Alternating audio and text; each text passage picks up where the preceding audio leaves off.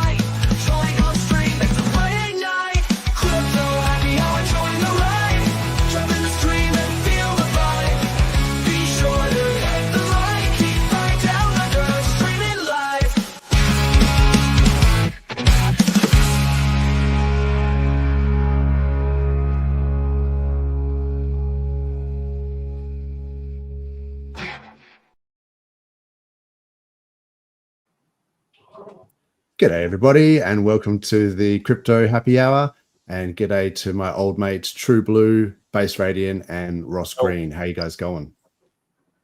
What's up, man? Fantastic. What's up? Mate, what's up? The price is up. Bitcoin, it's 100K during the week. Can you believe it? Yeah, it's a good one, wasn't it? Yep. Yeah. So much so that I have afforded myself a fancy new chair so that I can lock in. Like big baller, mate. Yeah, lock in. Thing or what? It's going to be a good ride. Big spender on the new chair. Yep.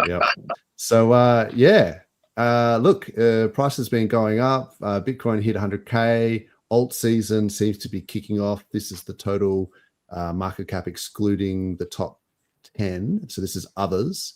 And total 2, same story. We're just absolutely killing it.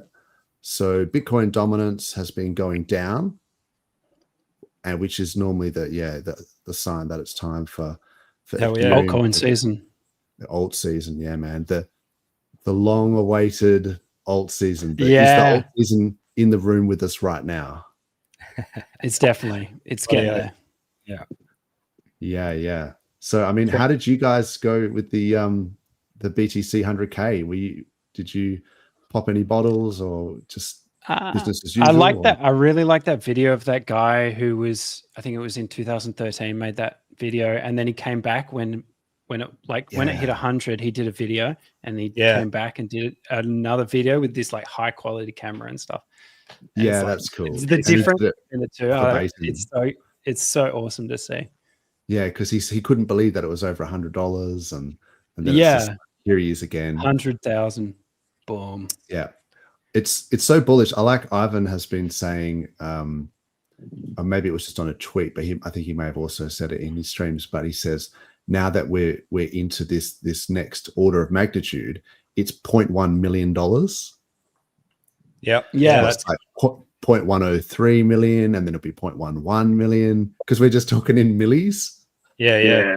Or if you're talking in Bitcoin pizzas, I think it's 50 mil for a Bitcoin pizza. So damn. No. R.I.P. The most expensive pizza in history. Yeah. Well, Crazy. until Hexo's pizza comes along. Yeah, true. Yeah. Yeah, he's got to beat it. Bought some pizza with Hexologist. Yeah. Shout out to Hexologist, absolute legend.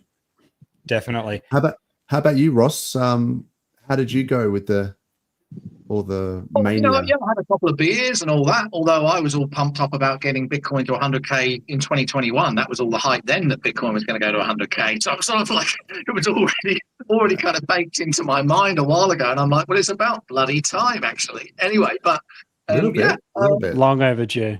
Yeah, and I met some guys at the crypto conference a couple of weeks ago, and they were having a pizza with a Bitcoin T-shirt. So I said to them, "You didn't pay for that in Bitcoin, did you? That pizza?" And they go, "No, we didn't." But they were great guys, really good guys, and yeah. So it's all good. How was the conference? Well, mixed feelings, to be honest. I liked some of the talks. I met Adam Stokes. He was great. Had a chat with him. Really good chat with him. So on the positive side, we'll start with that. I was very surprised by Charles Hoskington's talk. He really surprised me. I mean, I've seen him on a few streams, but I don't know. I don't know if he connects in the way he talks, but maybe it was just that I haven't really given him much chance. But at this conference, he was, on video link, but he was fantastic, talking about everything. Yeah. He's been appointed by Trump, hasn't he? He's got this midnight blockchain that's interoperable with every other blockchain. It's a privacy blockchain. He was talking about all that. But his sense of humor was fantastic. He was so funny. I mean, because they were asking him, look, when are you going to come to Australia next? When are you going to visit? He goes, look, I was down there before and I loved it. I love you Australian guys. Every single one of you, I love, except Craig Wright. Yes. All Satoshi, except for Craig Wright. Satoshi. He was just brilliant. And the stuff he was talking about, like, we got to come together. I've been in contact with Brad Garlinghouse from XRP and Vitalik. We've got to start being less tribal. We've got to start, working together. And he was very positive. So I was quite surprised, actually, by his talk. On the negative side, I didn't like there's a lot of stalls they're all just promoting stuff, aren't they? So they're all just every stall you go to, they want your details. They want you to subscribe. They want you to scan a QR code. Yeah. It's and like, that was I'm me. giving my details, That's bro. Like, industry mates, like, generally. And there was me with my book going, giving away a free book. And they're like, what do I have to do? I said, nothing. You don't need to subscribe to anything. Read you it. don't scan a QR code. It's just a free book, guys. And if you're interested in it, take it. And they're like, I didn't want to do this sort of, supermarket-y. It's very retail, a lot of the stalls. So like there was a Bitcoin borrowing product and the woman says, come here, you can borrow Bitcoin and you can enter this competition. And then my mate said to her, with this borrowing Bitcoin, do you have to give away your keys? Like, is it custodial? Yeah. And she goes, I don't know anything about that. And he's like, it's stuff like that. You're like, just the booth girl, like, there like, oh my God. Yeah. Look, it's a little bit scary. We have seen some stuff during the week. I saw that Haley Welch, the Hawk Tour girl, she launched some sort of rug on Solana, and it was just crazy. I saw a space, and I think CoffeeZilla was just tearing into their team. It was hard to listen to, but he was basically saying, you've launched it on some exotic Meteora decks, and then you've got all the fees, like over $1 million worth of fees, and it rugged in 6 minutes, man. Yeah, it's crazy. 6 minutes. You could have got so much more. Yeah. Oh, just do it properly, and like, you probably could have actually made tens of millions of dollars, but you chose to rug and dump. And so I think what they did is they gave out a huge pre-allocation to a bunch of people, and then she botched it. She gave away the contract address before the launch. So then snipers knew what CA to check the liquidity pools for, and it could just snipe it straight on launch. So the whole thing was just a cluster. And I was just like, what are you guys doing? Like, you guys even crypto? Yeah, or what? I feel like it's just, that's what that's what Solana is, you know, like Yeah, you yes. can't launch Well, on Solana without being this pump and dump, and it was over in 30 minutes, and you haven't even caught your breath yet. It's a bit of a dig. It's a dig, but like I've never seen anything with real long-term hold value, like proposition. It's just degeneracy. Yeah, it's crazy. And I mean, I saw Too Spooky was saying on Twitter before that maybe that's like a top, like for meme coins in Solana. Maybe not. I still think Solana's got legs, but like just to see that rug in 6 minutes, and she was such a high profile, you know. The media slayed. They're still going. It's still coming out. Crazy. Like it's just articles after articles about like how this is her like fall from like. Oh, really? I just couldn't care less about it. Like, to be honest, but it's like they still think that we care. I don't know. Yeah. Safe to say she won't be doing a keynote conferences, will she? Yeah. She was at that Bitcoin conference and all that stuff, and it's like, why are we must have some weird, like Somi says, shout out to Somi about this worship gene where we just elevate celebrities above us for some. I have no idea why we do this. Anyway, let's quickly say hello. So go ahead, first. No, I don't have anything nice to say. How put it that way? Yeah, that's right. It's like it's the human condition critique. Yeah, it could be. Yeah. Yes, I reckon we're at a stage where we'll probably see Solana change from, you know, being Rugville and just degen central to that they'll get an ETF or something, and they'll change to like, you know, good fundamentals. They'll all put on suits. Yeah. I don't know, man. I don't know. Big change, No, you know it's not going to happen. I don't think they can go back from that. But isn't it? They want it to. Yeah. They want it to perform over time. They don't want it to sort of disappear. Sol might, because it's the idea that to buy any of these meme coin rugs, you have to buy a Sol like on an exchange or something, and then you can degen into on all these dexes. But you're using Sol, and they're all pooled against with Sol. And yeah, there are ETFs, I think, in the wings for Sol. So it might be, I'm not sure if it was Grayscale, but there was someone big like a Ark Invest or someone. I don't think it was BlackRock, but there was an ETF in the wings. But there's always like people doing ETFs. I think there's an altcoin ETF maybe coming up. But at the moment, it's really mainly just the BTC and ETH ETFs. And I guess, you know, we've seen those both just been cranking lately. Yeah, we can pull up some charts as well. I just wanted to quickly say hello to the chat. Do it. So what is up, Bit Finesse? I think he's edited that, but yeah, that's cool. Shout out to Tangent. Yes, our fellow Aussie man here. He actually came on this channel a few times, and he's always welcome on. Yeah, we love Tangent. For staying crypto OG while taking heat in the streets. Yeah. Look, he's certainly gone down the Tangang path pretty hard. His YouTube channel will be back up. Yeah, he was streaming on this channel, so hopefully he'll come back. I think he does spaces and stuff a lot now.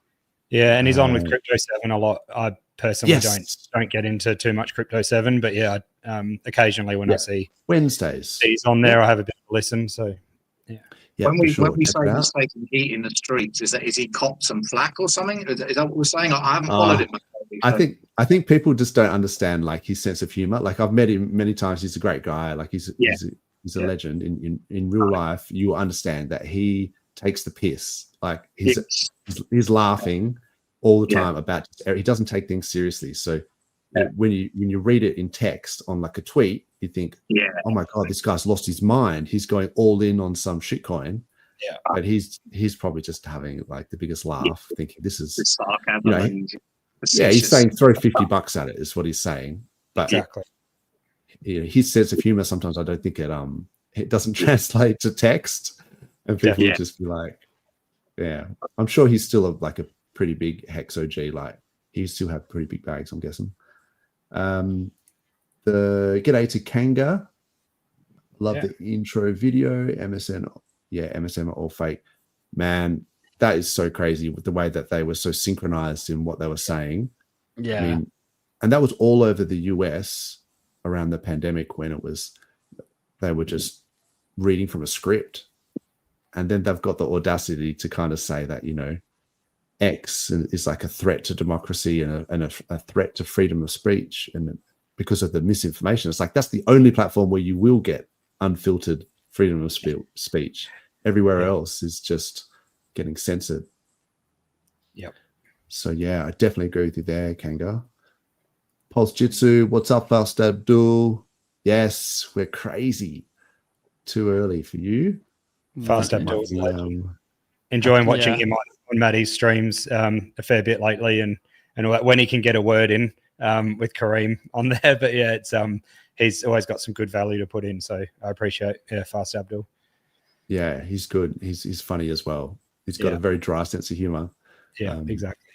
Kareem's got some good macro knowledge, I noticed. He quite often talks about different markets and this, and you go, what was it? Say that again. So, what's up? Hexagons building an inclusive freedom community for sure. Yeah, PulseChain is freedom chain.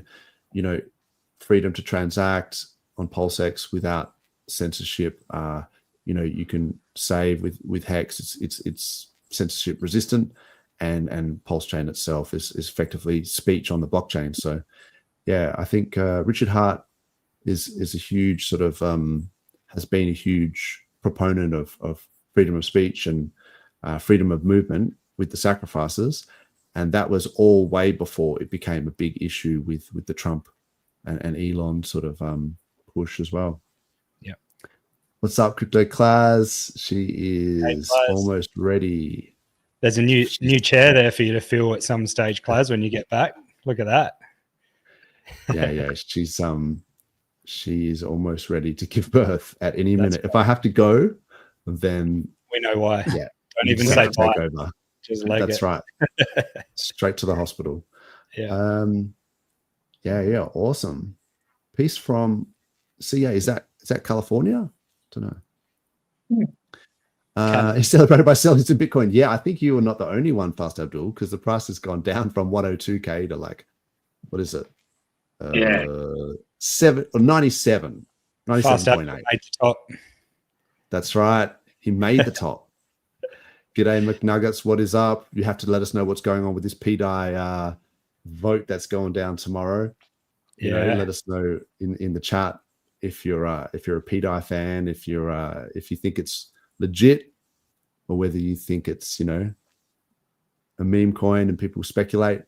You know, either way. I'm interested. Can you just summarize what is the vote for? Good question. We need to get McNuggets up here to explain it. Vote for? Yeah. Oof. Yeah. Geez, exactly. Like what about Fast Abdul would know? He should jump on with us and Is fill it us in. something to do with collateral or some? Yeah, it. Well, that needs to be done, but what the actual vote means, yeah, sure. I think someone in the chat will be able to help us out there. I'm sure there's some PDI guys there. I think during the week there was a wallet that had voted in that sort of PMaker voting thing, but and then they left a message that said, you know, for the glory and love, and it seems to me like they're trying to make it seem as if that's Richard Hart. So it doesn't sound like it's Richard Hart to me, but you know, I could be wrong. Maybe it fully is. Who knows? So I guess, but it certainly wasn't the OA bags. Like I think they were saying if the OA voted, then that would give an indication. Yeah, absolutely. But yeah, maybe people can let us know. Right. Fast Abdul said there it's to vote to change what can be used to collateralize the PDI. Right. Makes sense. Oh, okay. Makes can sense. be used to collateralize. Yeah, look, I have been thinking about it, and I mean, there's a lot of nuance there. So you got to be careful not to just disregard the whole argument, because even, you know, so obviously Richard Hart wants all of the PRC20s to do well. Like he wants PulseChain to succeed as like a proof of concept. And I think possibly the liquidity farms might be the key with that, because he always said that he wants, you know, the PRCs to be equivalent in value to their ERC counterparts, and maybe by pairing them in the liquidity farms and giving incentive, then like ink tokens, then that would help sort of arb the price back up. So I think that he's definitely, keen for PDI to do well and to peg to $1. But I guess there are some blocks in that roadmap because, for example, like PUSDC, there would be admin keys for that because Circle has admin keys for USDC. So it makes sense to me that they would also have admin keys to PUSDC. Same as Tether as PUSDT, that I'm sure that would have admin keys as well. So if they're freezable, like P copies, then I personally wouldn't. I mean, he always said that if they froze those P copies, like PUSDC, for example, then there could be a class action suit and you could like sue Circle and say, you've cost us X amount of dollars. But I can only deal with one lawsuit at a time. So that's why I'm not in TON at the moment. But it's like, I just perceive it as a risk. But I think PDI doesn't have any admin keys, is my understanding. So I guess that's, different. Okay. But and then the other thing I guess was if PDI was, because so DAI is backed by somewhat by USDC, but then it depends on how the PDI is backed. And then also, Richard Hart talked about making a stable coin and things like that. It may be that he's going to create another stable coin. Let's just, for example, call it PP DAI, big PP DAI. And then I stole that joke off Klaus, by the way. And then he would maybe back it with PDI or something like that. So there could be other things that are going on. But look, as long as price goes up, like I'm down for it. Yeah. What else is up? Oh, I missed out there on DJ Creditas. What is up, fam? What's going on, man? And Sandy Hex, if 100 million added to PLS ecosystem, how much would it move? 100 million USD, presumably, to PLS ecosystem. Let me think about that. What have you guys been up to? Has there been anything cool happening on the streets? I don't know. I'm just enjoying what's going on and watching everything slowly creep up. It sort of feels like a few weeks ago I said to 43, I think you were away, Dozza, but I said sort of, how does he feel when he sees everything else moving up? And at that moment, Hex sort of wasn't, and PulseChain, there wasn't a lot really going on. But it's just been slowly creeping. So I know that, Hex has done like almost a 6 or 7x now from the bottom. Oh yeah.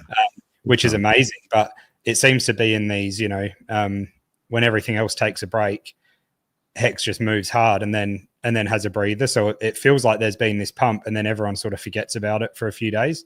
So I sort of feel like Hex has been, doing this slow creep. But when you look at the chart, it's a bit different. So that's just a sentiment thing for me. But just been enjoying looking back and seeing how things have actually moved. But it's sort of pretty exciting watching all these other coins, pop off, even the older sort of coins from 1 or 2 cycles ago. Boomer coins. Just watching them start to pump hard, that's what I call. which is really cool. Yeah, it means that they're still on, and it means there's a lot of hope for new coins to stick around for a while as well. So so this is the thing. This is almost like those boomer coins or dino coins, some people call them, but it's almost an indication that retail is here. And so that, I think this is just old season. So just to comment on what you're saying there, so in terms of this is Gerardo, shout out to him. He said that if you'd bought a bunch of different cryptos on the day that PulseChain had launched, so ETH has done a 2x, PLS is 2.29x. So he's counting from the day it launched. I think the Pulse price was 404 around about that you could bridge in and buy it for. And then BTC 3.5. Hex has done a 6x. So on the day of PulseChain launch, Sol 11. So that puts it in perspective a little bit as to what's been going on. PulseChain Bridge has definitely got we're seeing an uptick in bridged in funds. So going back to that question, Sandy Hex, the 100 million added to the to the PLS ecosystem, I mean, you could almost, calculate like how much has actually gone in over these dates in terms of stable coins, or whether it, or what. I mean, most of it looks like it is Hex and stable coins. Yeah, Hex and stable coins and wrapped ETH. But yeah, you could certainly extrapolate, but it doesn't take much. Like a little bit of extra bridged in funds adds a lot to the whole ecosystem. And so apart from the total 2, is on a tear, like I sort of said, it is reaching a little bit of resistance here. So this was the previous all-time high for total 2. So this was the daily close, 1.63 trillion. Yeah. So I feel like that is a pretty massive line of resistance. Like it's literally the all-time high. And look at where we are now. I don't know if you can see that well, but we're literally just sort of getting rejected off it now. So if we can bust through that, yeah, if we could get through that, like as a total 2, I feel like the whole crypto market is sort of poised, and Bitcoin dominance getting crushed. So this is sort of like ushering the alt season. S&P 500 is still strong, like stock market's strong. I think the dollar is strong, but we would kind of like to see that break down a little bit, and it's sort of what we're seeing, like the Dixie, the US dollar. So there's a lot of things that seem to be pointing towards like bull market stuff, and it's early, really, if you ask me. The SAC wallets. So Richard Hart is in the green, or I should say the OA, the SAC wallets for the Pulsechain ecosystem. All that money that was sacrificed that got turned into ETH. That the DCA average entry, the entry price was about 37.73, and then it's now 38.95. So it's there you go, 660 odd million in ETH, which is 171,000 ETH, and it is up $20.9 million. Man, what a shocking trade that was, guys. Come on, everyone's holding it against him. What an awful trade. Up 20 mil in like 6 months. I was told he bought the top. He bought the top. Yeah. And I was like, come on, the top. Are we in 2025? I don't think so. Yeah. So no, look, the interesting thing about this, 170,000 ETH, right? If it goes up $100 per ETH, he makes $17 million for $100 price increase. Hell yeah. So I feel like that's like a, Elon Musk with the sink moment, where it's like, let that sink in, 100%. For every $100, price upwards in ETH price, he gets, the OA SAC wallets get an extra $17 million of like, and this is potential firepower. I know some people don't like to talk about it, but whatever. And then something's going to happen. Yeah. I don't know what. It's going to one day do something. So big time. He could just sell it. Sweet, whatever. But yeah. I mean, look, there's no expectations really. So one of the things I did think about was, if you had 170,000 ETH in your private sort of wallets, and then you had 170,000 ETH in this wallet that everyone is, let's just say, eyeballing, then you could just go, it's the same, right? Like, so I could just start pumping the charts with 170,000 ETH, distribute it through 1,000 wallets, whatever, just buy the charts up. And then at the end, just do the old switcheroo. So everyone's watching this. It's like a classic diversion, like a magician or whatever they say. They get the pretty assistant. But then people would probably cry if you did that, I think, or if the OA did that, because they'd be like, the price would do like 10,000x, and the SAC wallets would never have been used. And then it just gets transferred out, and they'd be like, we got scammed. It's like, no, you dumb. That's why it went up, but you could never prove that, I guess. So anyway, that was just things like with Tornado Cash and that getting a little bit of a victory, with some of their stuff that's happening legally, that, Richard's always advocating for privacy. So once this sort of stuff comes back, who knows in what way it can be used, and in different private ways. We might see it dwindle away, but it could be used, and we don't really know what for. And he has the right to do that. It's a freedom of movement. So exactly. And so this altcoin season indicator thing, I don't know why this is like a thing, but apparently this altcoin season index is at 88. Yeah. Shout out to Sammy. She loves that indicator. Yeah. Oh, awesome. So what does that mean, 88? What is that? Means we're strong in the altcoin season or something. It means that. Okay. It means that, we're close to the end, which is kind of scary. But I mean, if you look at some of the charts, I mean, I'm not a charts person, but you lot of those layer ones like Algorand are still 70-80% down from their previous all-time high. Cadena got to about $33 in the last bull market. It's now only $3, and that's been pumping. As Dozza said, I think we're still early. If you look at the broader market, there's a few like Solana surpassed all-time highs. There's a whole bunch of other ones in there that are still yet to surpass them, and I think they will. Definitely. Awesome. No, look, you've seen a lot of chains, and you've done a lot of research and stuff, so appreciate your insight, Ross. I tend to agree. I think it's, we might see some double tops. We might even see, heaven forbid, I uttered the word a triple top. But I do not want to usher in the doom. To this. Man, nothing is off the cards, in crypto. So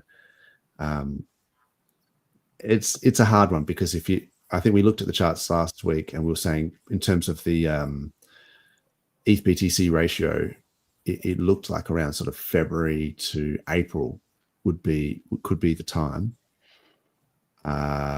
Is this actually 43 down here, or is this someone else? It could only be one of two people, I reckon. All right, let's pull him up. What's up, Angry Naked Guy? Are we about to get banned off? Oh, here he is. Hey, boys. Hey. In the dojo. Nice.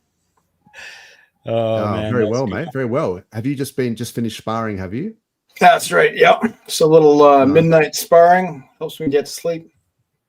While listening to us, man, far out. We must give you a bit of an extra hit of energy, hey, with all this sarcasm.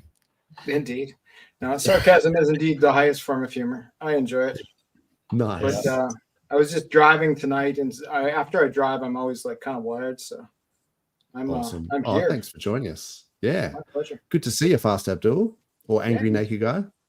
Yeah. Oh, yeah. Oh, I still got that up. Sorry, I was just in a different chat where that was appropriate. That's good. That's hilarious. Good. I just wanted to quickly sort of bring up a couple of things. So, I agree with what Ross was saying, that I still think there's plenty of time to go. It's interesting to see we've got like Rand, for example, starting to talk about, you probably can't hear that, but he's sort of, or maybe I should play it. Should you want to hear Rand say nice things about Hex, or? Might as well, for anyone that hasn't heard it. It's a change of the wind, isn't it? Yeah. It's good to hear people saying nice things about Hex, isn't it? Yeah, let's actually listen to it, because I only just got the link. Let's see. But if there is a new chair of the SEC, and the new chair is pro-crypto, and right now the biggest problem that Pulse and Hex have got is that Richard Hart is being sought after. He's a sought-after individual by the SEC, right? Then maybe if we get a new favorable pro-crypto person in the SEC, Pulse and Hex will actually run. Now, full disclosure, I'm not buying any, but I've got to give you guys unbiased coverage. And what you can see is that these guys have already started running. So if you want to play the narrative of the new SEC chair, and the fact that he may drop or just loosen the charges against Richard Hart, then that could actually be a good play, right? Let's look at some catalysts of things that can got to give us unbiased coverage weeks after he pops the Hex and Pulsechain bubbles.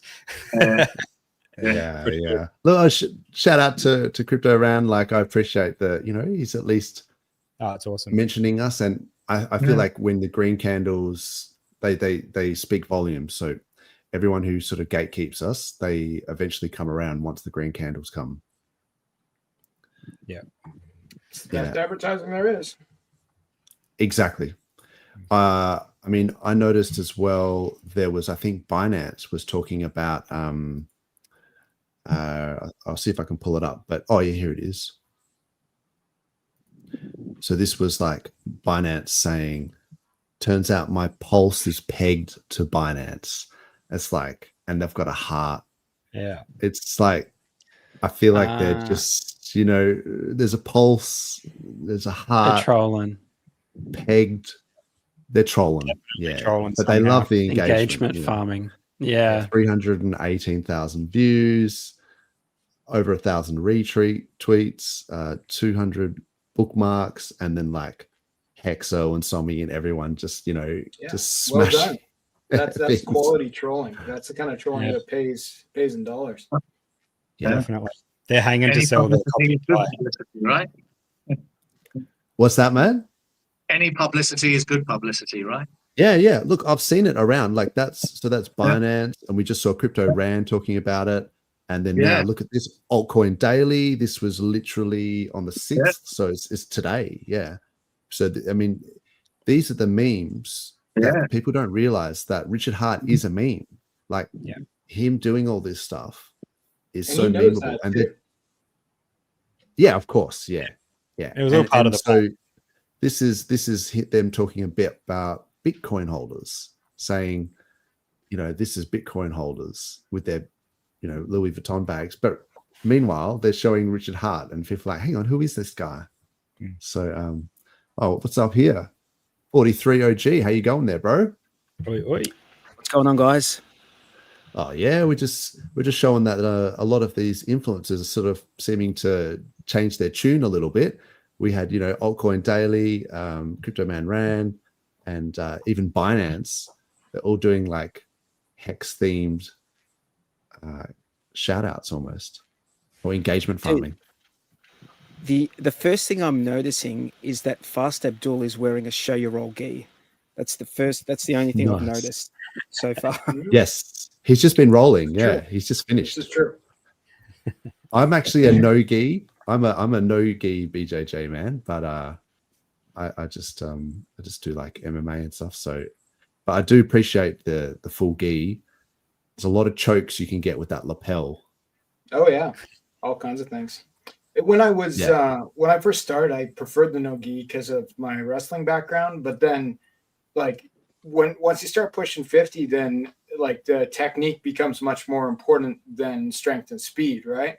So like the gi is, technique oriented in a different way. Yeah, you can hold on to the sleeves. You can the lapel. I mean, the lapel. If I ever wrestle with guys with gis, I literally just do the lapel choke, and it's like within about 3 seconds, most people are like, "Hey," because those lapels are so strong. It's not like a regular. You try that with a t-shirt, you just rip the t-shirt straight off them. Yeah, but those gis they're brutal. Once you've had it done to you like a few times, you realize you're like, okay. Oh yeah, respect the collar. It works two ways though too. Like you can grab your own gi for all sorts of purposes of your own, right? Like including choking other people, right? Or keeping someone from breaking your arm in some way. Oh yeah, exactly. Yeah, like a nice Ezekiel sleeve.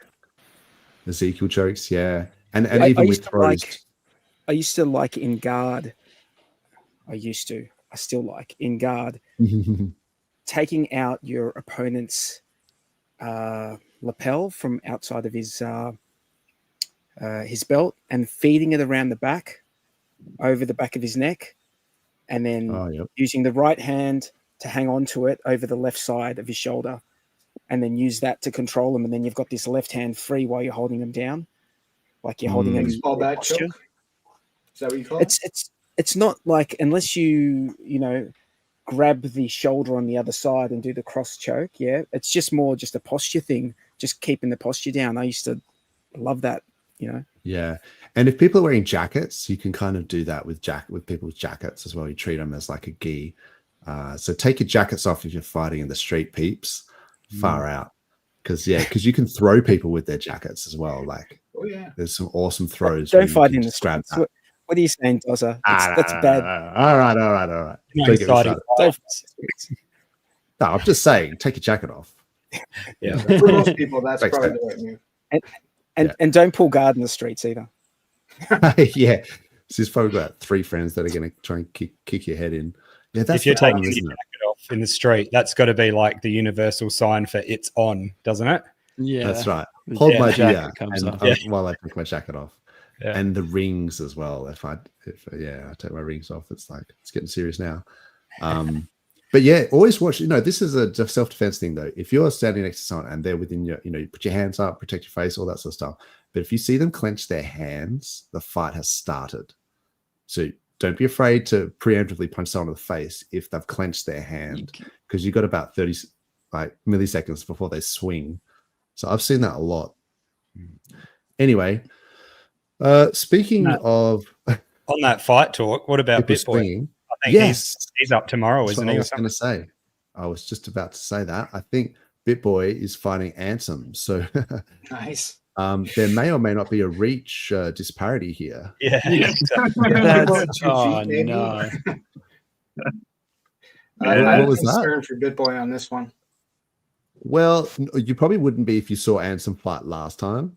Oh, really? Okay. It was, he's just terrible. It's just like, I don't know. I don't know what he was doing. He was just hugging the guy and he's eating punches. That the whole thing. That was like, what are you doing? But it's boxing, right? So, yeah, not sure. Look, I hope BitBoy does well, but that's got to be a decent reach advantage. That's for sure. The question is, did Ansem train, right? Like, we know BitBoy trained. He trained before, and he clearly fights with a lot of heart. But like, if a man who's 20 years younger trained and is conditioned enough, and the fight goes more than 3 rounds, well, when is the last time we saw that problem happen, right? Yeah. The Mike Tyson thing. I mean, well, we could go into the Mike Tyson thing as well, quite a lot, but yeah, definitely the age difference, him gassing out, like, I don't know, BitBoy's cardio. I don't want to say too many bad things, but he's a brawler. Like, if I say positive things, he's a brawler. He's got heart. He seems to have this, the dog fight in him. But I sort of wish that these guys would get actual trainers. At least he's got his hands up in that photo. But just sometimes these guys don't even have their hands up, or maybe because they're gassed. I don't know what it is, but you don't reckon he has a trainer? I reckon BitBoy does. Yeah, they do, but I don't know. They don't listen to them, maybe, because you sort of watch them fight and they just start throwing haymakers, and you're like, I don't think your trainer told you to do that. I don't think he didn't have enough training. Like, there wasn't a long enough timeline before the first fight for BitBoy for him to have like a real style, right? Like, 3 months of boxing lessons. How good are you going to get? Talking about holding your hands up, I used to do amateur boxing with headgear over 10 years ago. And believe me, holding your hands up after a few rounds, and if it's 2 or 3 minutes round, is very difficult. Like, the weight, and that's like, it falls down. Yeah, that's the thing. It's so hard to hold your hands up. Like, it's that's why you train. Like, that's why you train, like, conditioning. Yeah, that's right. Yeah, that's you do that many rounds so that you can have your hands up at the end of that 5th round or whatever. Yeah, look, I don't know, and with the headgear on, that your field of vision is really bad as well. You've got almost no peripheral vision, so that's not great. But I think there was, I don't know where that fight is taking place, but interesting to see the outcome. But Don Marfan, he won his fight. We talked about that last week. The MMA guy, the Aussie. Yeah, he just smoked the other guy in like a minute. Any footage of that? I did actually have some footage of it. I can send it to you maybe in the private thing. Oh, yeah. But basically, same deal. Like, this guy had his hands down and then just like an overhand, I think, and then just took his back and then rear naked choked him. So it was over in like a couple of minutes. Nice. You should get in on this celebrity violence, Dozza. Yeah. Look, I mean, I've sort of said this, like, you know, when it comes to these celebrity stuff, it's like, if they're paying 20 million or whatever, like, I'd fight Jake Paul. Like, oh yeah, let's go. Fuck yeah. I think Tate wants to fight Andrew Tate. That's what I heard. I think Tate can actually box though. He was a proper boxer, wasn't he? Right, he was. More a kickboxer though, wasn't he? Yeah. I think, from what I've seen, Jake Paul doesn't seem that great at all. He was fights a world like champion, wasn't he? Wasn't Tate a world champion? Tate? Yeah, I think he might have been. Yeah, in kickboxing. World champion kickboxer.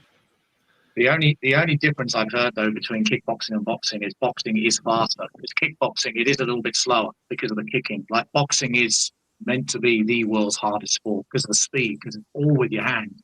So it's actually, from what I've heard, I don't know, I've never done kickboxing, but when I did boxing, I was told about kickboxing, and it is actually not. It's slower than boxing. Like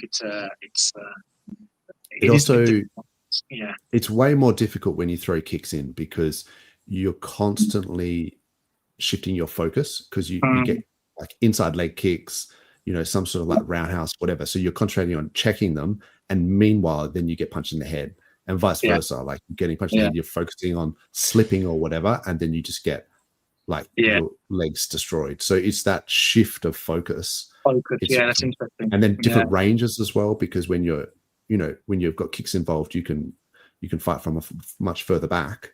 So then you get into that pocket, and then you can box, but different ranges. But then you throw takedowns in the mix, and that's why MMA is the best, because it incorporates all of those things. But I don't know. We could talk about this. I think Fast Abdul's down and 43, but sure. But we should probably get back to crypto. I got a question. The audience is here, probably. Yes, that's right. We should do a separate one where we just talk about MMA. You know, though, that would be cool. I always loved things like, the Hex Late Show and stuff for that reason, that it would always go off topic, and just I love the general conversation in it, not just the crypto stuff. So I love when it sways from crypto. But I got a crypto question for Fast Abdul.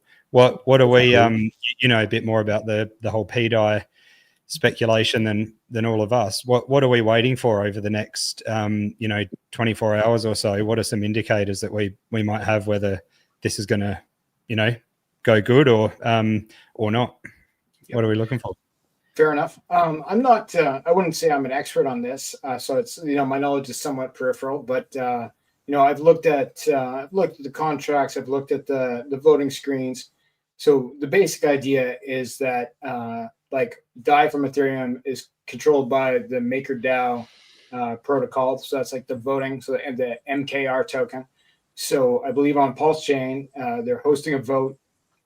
I think the story is that they're connected to the MakerDAO contract, and so they can vote to make changes to what can collateralize the DAI on PulseChain, the PDAI, right? So right now, what would be in the contract would be like Ethereum, which probably thinks it's Pulse on the PulseChain, and then like a bunch of weird tokens that don't have a lot of function, like USDC and stuff like that, probably like Gnosis token, I think, like things that don't make sense. What makes sense in the Pulse chain is where the money is. So like Hex Pulse, PulseX, Inc., possibly other things. Then there was some speculation of whether they try to work in Atropa tokens and things of that nature.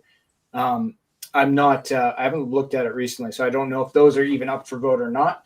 But the next big thing to watch for is not just does the vote go through, because I suspect the guys who are putting up the proposal probably have enough votes to put it through. It's more which wallets vote, right? So does a wallet that you can connect to RH vote for the proposal, yes or no, or anything? I think any vote would be bullish, from like the HexOA wallet or something like that, the PulseChain Sacrifice wallet, the original market maker bot for PulseChain, like anything that you could very directly tie to Richard Hart. If it voted yes or no, or did anything except for strictly ignore it like it didn't exist, that would be very bullish, in my opinion. Now, I think there seems to be a tendency to tie things to Richard Hart that may or may not be him. Like, like obviously, like, you deploy the Pulse chain, you fork all of Ethereum, like your wallets are going to touch a lot of stuff, right? So exactly. I'm not saying that what they've said isn't true, because I haven't done due diligence on that. I'm just saying some of it sounds like maybe they're stretching. So, and sometimes they make, well, it's maybe this wallet, it's maybe also this wallet. They provide so many options. One of them must be true. Well, maybe or maybe not. So I think those are sort of the things that I would be looking for. The other things, like longer term, I think we'll be looking for support from more serious protocols and teams for the PDI concept. I think it's an interesting idea, but can it make it to $1 without some more serious assistance? I think that's going to be the real question long term. Yeah, for sure. So awesome. would we get other people working on this collateralization if it wasn't, say, the Sacrifice wallet or the OA or whatever? Is it something that other people are going to join together and do, or is that not possible? Is it basically with the OA this can happen and not, or can it be done otherwise? Well, it depends how you look at it, because if we look at like the MakerDAO contract and you want to have an over collateralized stable coin, right? Meaning that you can always redeem the coin for $1. Because the basic concept of a stable coin is two-sided, is there's a ceiling and there's a floor, right? So if it can go to $1,000, that's a fail, right? If it goes down to 80 cents, that's a fail. People lose confidence, though something can come back up. And we saw that, in the last year or so with USDC depegged for a weekend, basically. And then on Monday, it was fine, right? So because their system clearly worked. But like the bottom line is you have to be able to, if you could buy a PDI for 90 cents, you have to be able to redeem it for $1. So the collateral has to be there.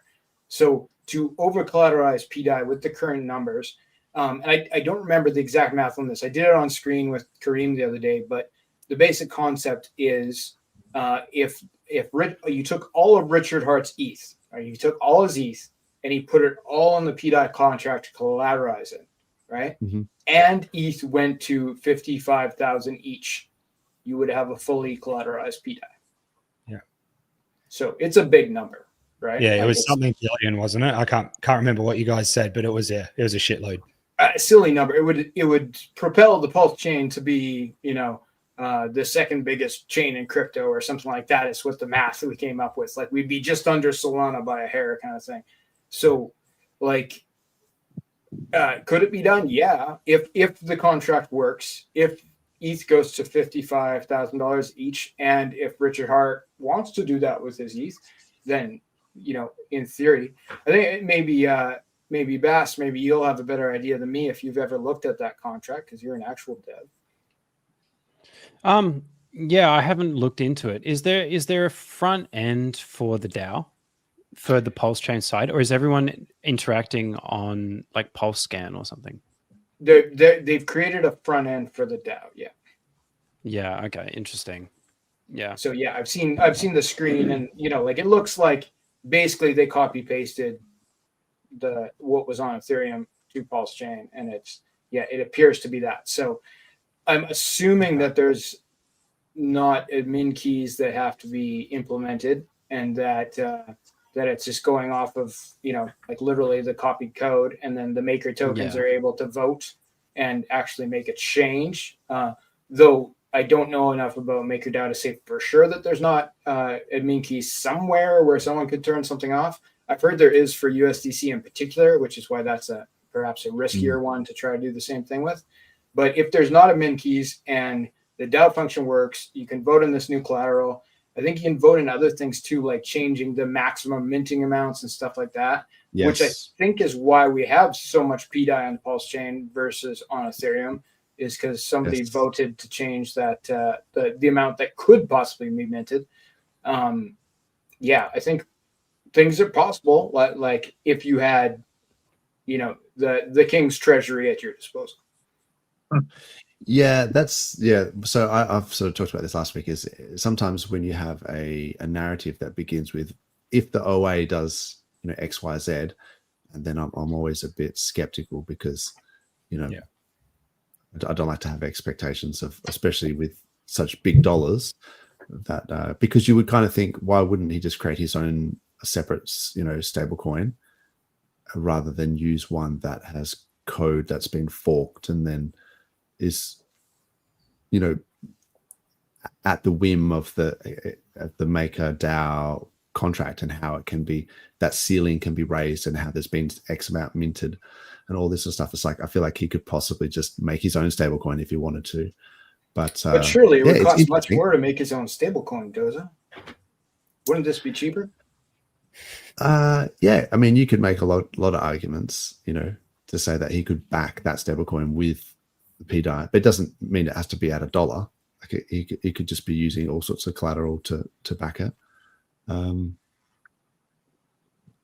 Yeah, it's an interesting one. I think we could talk about it for a long time, but it's one of the many narratives that goes along on PulseChain. I think can I just jump in for a second? And yeah, go for it. I think if that was if the whole PDI thing was to eventuate and work out, and RH is behind it in some way, then I guess it would add to this whole forking Ethereum narrative and having things work, like DeFi things work on the fork, like, because that was sort of the test that was being put forth back in the day. Can we fork Ethereum and then still have true DeFi things still work on the other side? So I mean, that would be, I guess, an argument for if he was behind it and if it did work. But I mean, yeah, who knows? It would be amazing marketing, right? Like I'm talking like world-changing marketing of, like, basically he made, 1 million people millionaires in 2 years, right? Like it would be insane, the number of people that would flood into the Pulse chain for those green candles if that ever actually happened. Yeah, it's not boring to think about anyway. But I mean, there's still limited by how much liquidity is in on the chain. Like, so there's only X amount of bridged in. So PulseChain gets its liquidity, effectively from the bridged in ETH stables. So there's not like billions of dollars of liquidity. There's only tens of millions, and that's like the maximum at the moment. So, or maybe hundreds of millions, maybe. But yeah, it would be a little bit hard to make, thousands of millionaires and then have them all exit. The exiting is the problem, right? Boring. Yeah, because the bridge. That's the big problem, is people getting out. If nobody gets out, it would be a lot easier.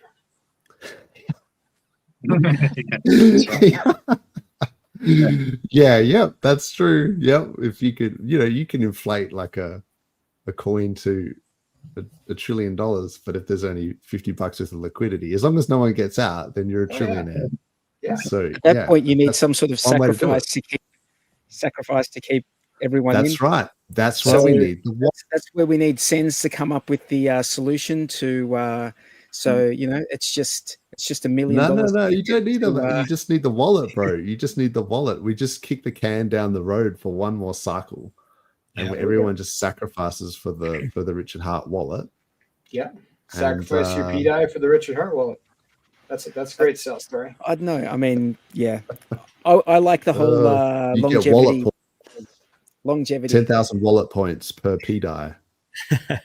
I really hope it does, go through and it does eventually peg, because we've got a lot of eyeballs on us. I've sort of noticed, and other people, watching this space.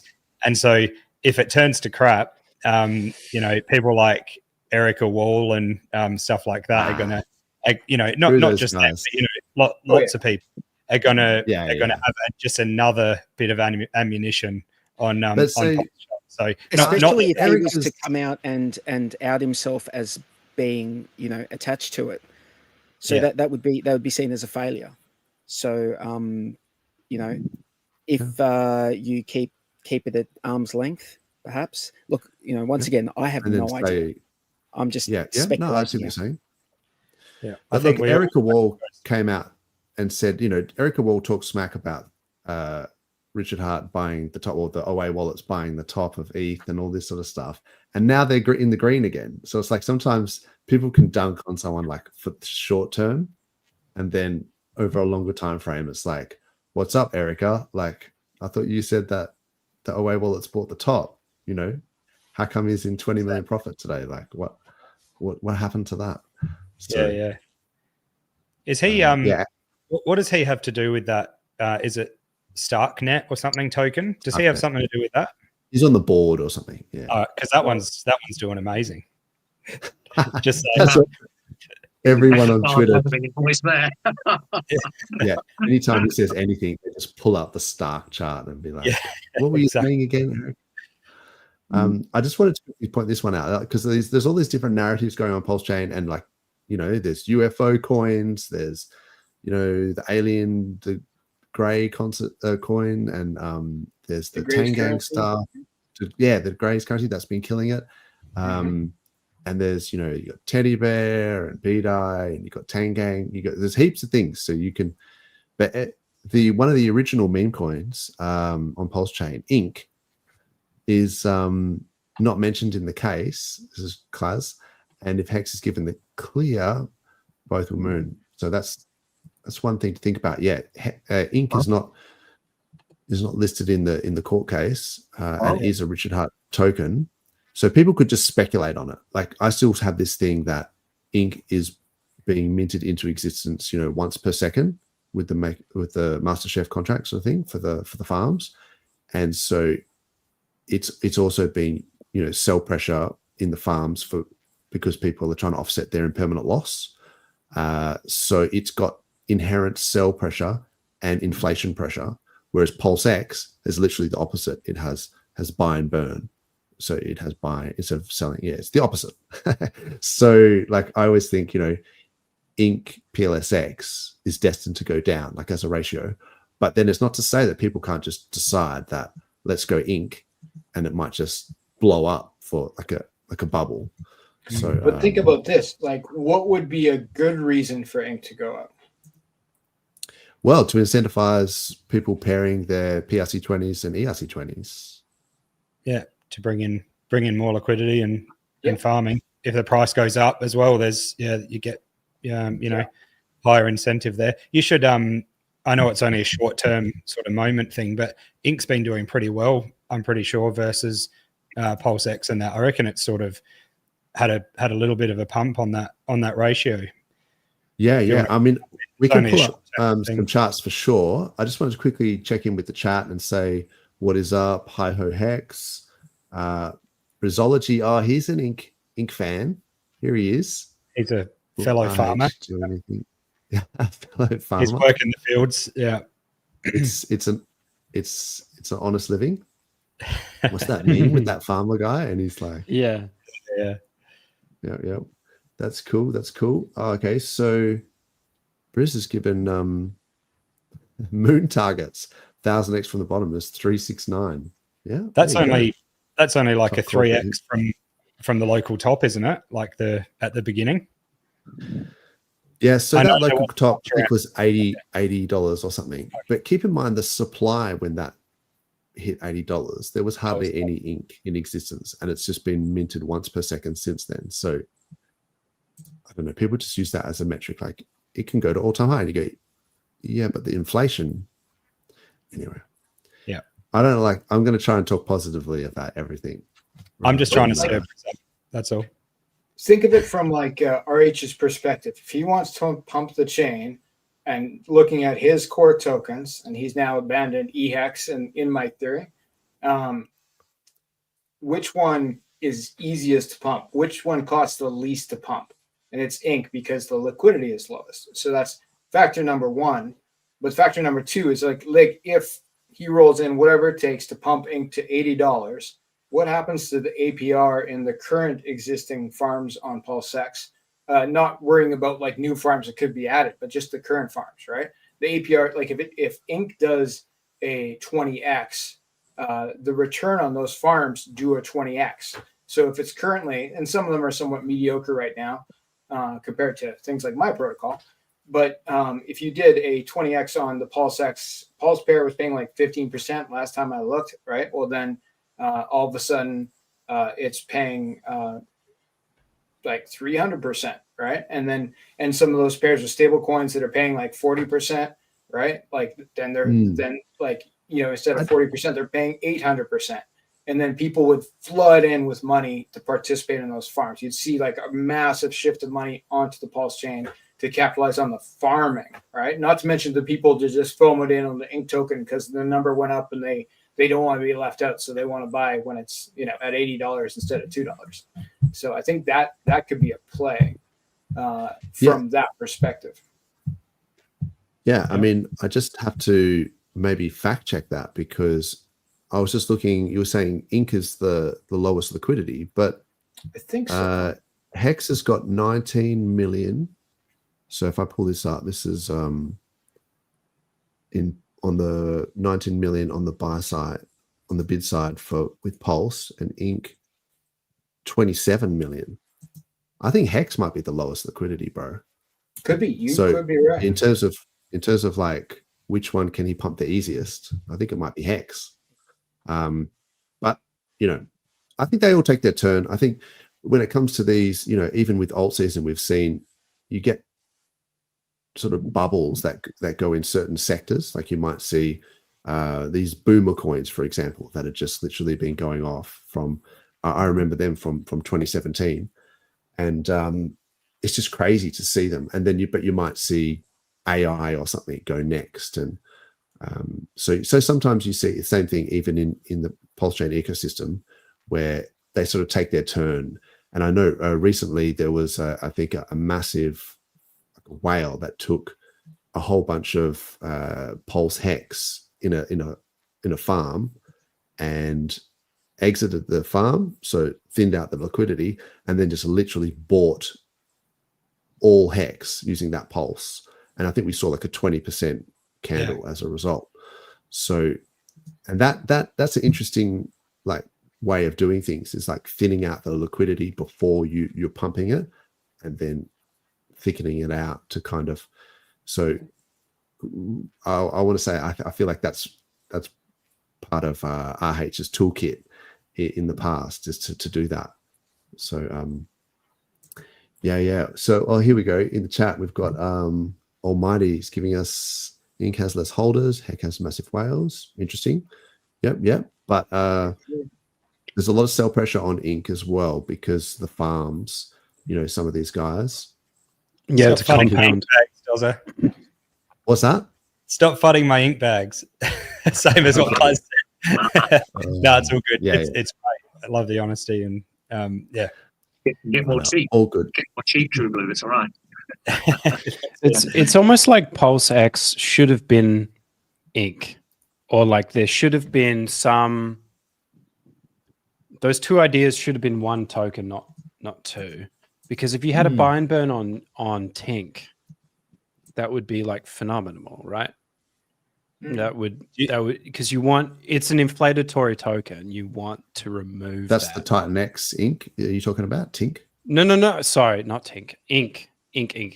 So PulseX and Ink should have been the same.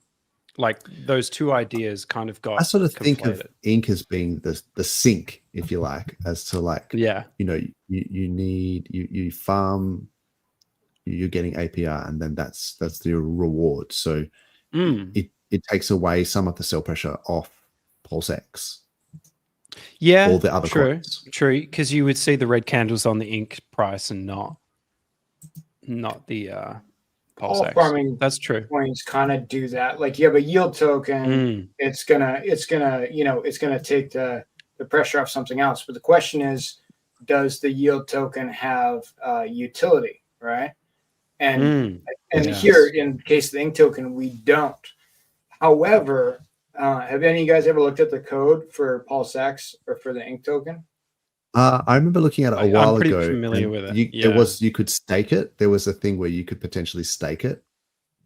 Well, I think like when I just casually look at it, and I'm not a dev, so I'm not going to say I understand this, but when I look at like the read contract options and the write contract options for the code for PulseX and for the ink token, I see that they're the same. And to me, that's kind of confusing, because why would the ink token need to have any code? It's just a reward token. You just sell it, right? So why is there any code built into this token at all? That's true. Look, I think there is a facility there maybe to stake it at a later date. There My seems to be understanding a was voting it was a function too. Like it talks about votes in the It's contract. I think it's a fork of Pancake Swap. So yes, so it's PulseX Pancake. But I always thought it was ink was a fork of yams. I never checked this out, but I was under the impression that it was ink that came from yams. But it might be a bit of a moot point. But like what you're saying, Fast Abdul, is that there could be some other inherent value in ink at a later stage, and then people who are accumulating it rather than just dumping it might actually have some hidden benefit in the future.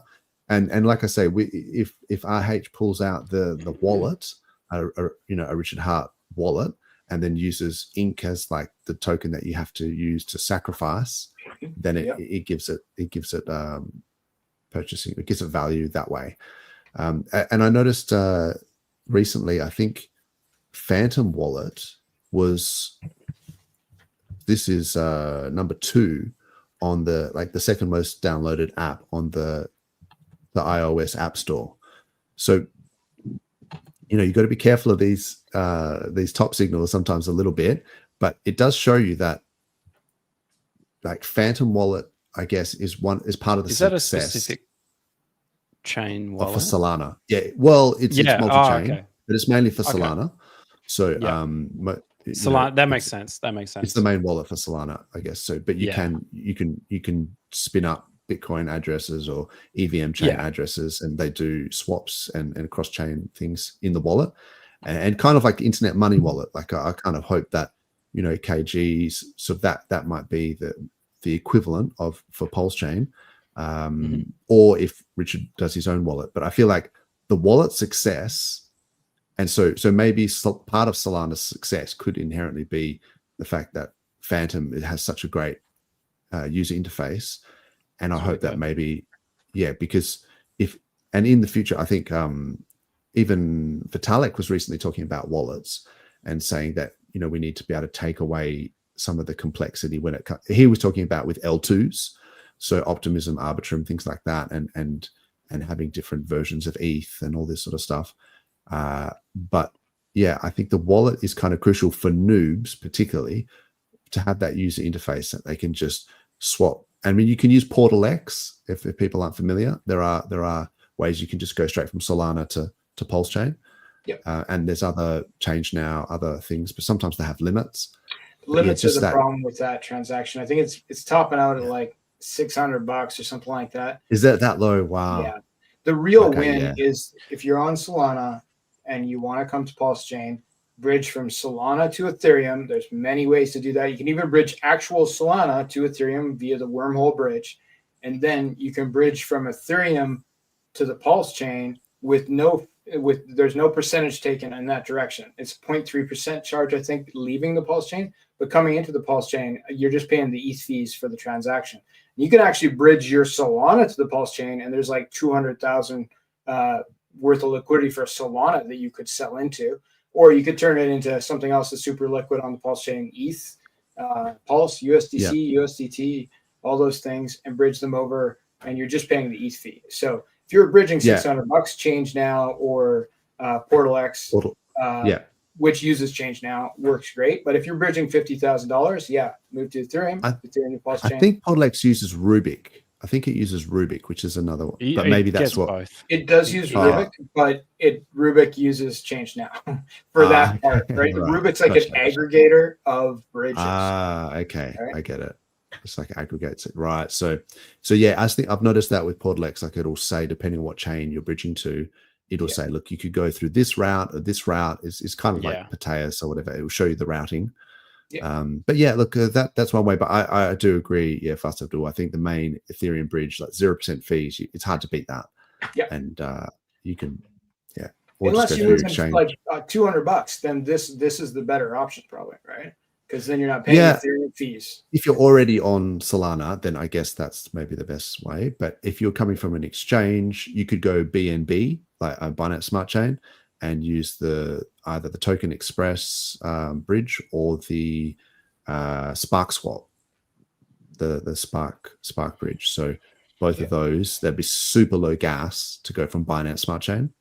But all of that stuff is on, is it pulsecoinlist.com/buy. So if I bring this up, this kind of has a lot of different ways. Oh yeah, because there's also this StealthX as well. So I mean, MEXC is on there. The PulseChain Foundation got a like a centralized DEX on board, so people can actually onboard and offboard through MEXC, unless you're American. Yeah. And so I think because there's change now. Coast, of course, is awesome. Coast is a big one in the States, especially, I think. Yeah, Token Express. That was the one I was saying you could bridge from Arbitrum or BNB, and same as Spark Swap as well. But yeah, even on that Pulse Swap, I think PulseSwap.io, they have a DEX aggregator for PulseChain, an aggregator of aggregators. But even there, you can just buy with a credit card, like with whatever StealthX or something. So there's lots of different ways. Yeah, there's some cool things. I just really wanted to quickly bring up a couple of things. That what his name is, 9 Iron Capital, is the guy who's got lots of information on PDI. If you're interested in that, that's him on Twitter. There was Coinbase has just allowed users to purchase cryptocurrency with Apple Pay. That's pretty big. So that's pretty massive. That's right.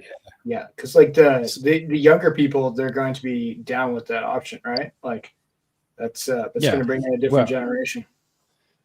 Yeah, it pretty crazy. So, like, it's so easy to have your card in your phone, and then not have to carry around a wallet, right? An actual physical wallet. You know what I'm saying? So, yeah. And we see that everywhere now. Yeah, it's totally like that now. Yeah, it's good. Yeah. Tether's printing another billy, like literally every day. It just prints another billion Tether. So Jeremy Powell is the head of USDT. Yeah, just printing. It's just like pumping it. It's just like pumping it. Trump's named ex PayPal COO David Sachs as the AI crypto czar. So there's things happening. I mean, we've got the inauguration happening in was it the 20th of January? So some interesting things happening there as well. It's definitely bullish.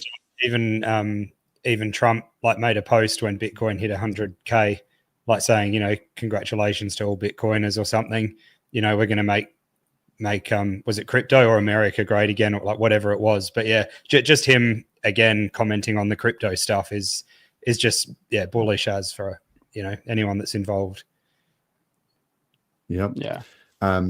There's an interesting history of Hex. It was an AI one. I'll put it in the chat, but it was from Gerardo, I believe. Yeah. So maybe watch that in your own time. But I was like, oh, cool. That's kind of cool. So Gerardo's been cooking.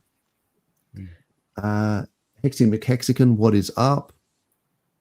That's the way. We've got Brizology saying he's got bearish calls for ink. I like it how that's like, ink to $1,000 and all this sort of stuff. Like, why not? Almighty Richie will reduce the APRs in the main farms and open up. Yeah. And Gigapump Inc. to distribute the ink inflation amongst the DJs, make the whales get out of cause and gamble. Yeah. It's a look, conspiracy. I liked the first half of that. Let's all gamble on PLC20s. And then the last bit, make the whales get out of course and gamble on. Yeah, maybe. Look, it's interesting.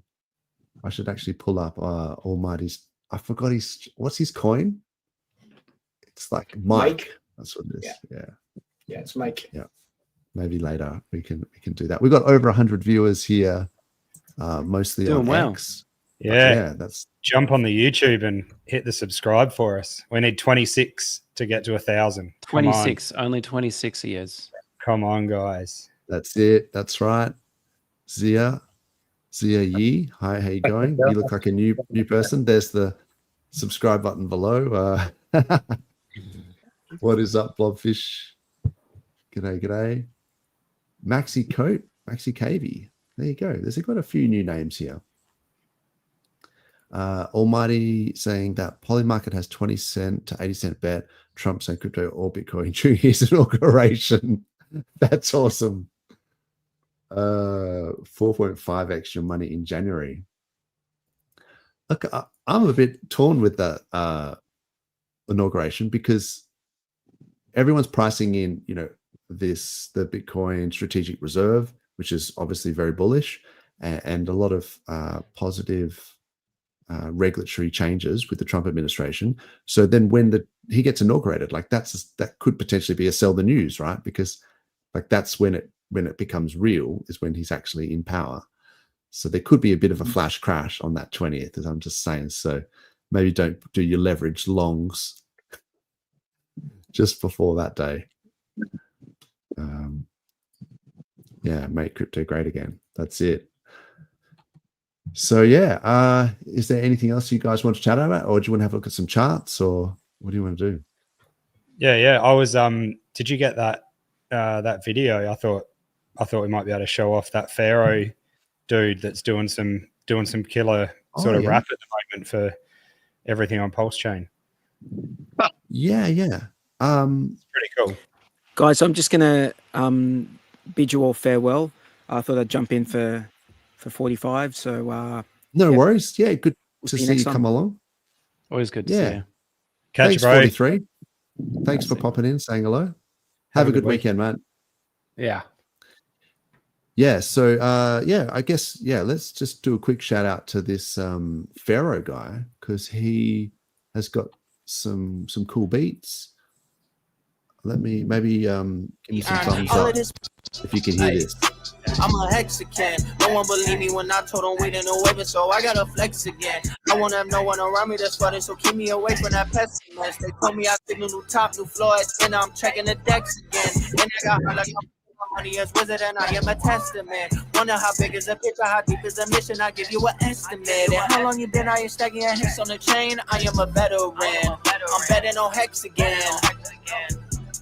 555, money on log and I'm about to retire. All of this digital money I wired, brand new tuxedo, it cannot be earned. All of this money I made so far, I go get my mama a brand new car. Hop on the moon to a brand new start. All this green is the Amazon. P-Hex, E-Hex, we up next. Look at my life and my life is a flex. I DCA'd and got myself out of debt. So when you see me, give a little respect.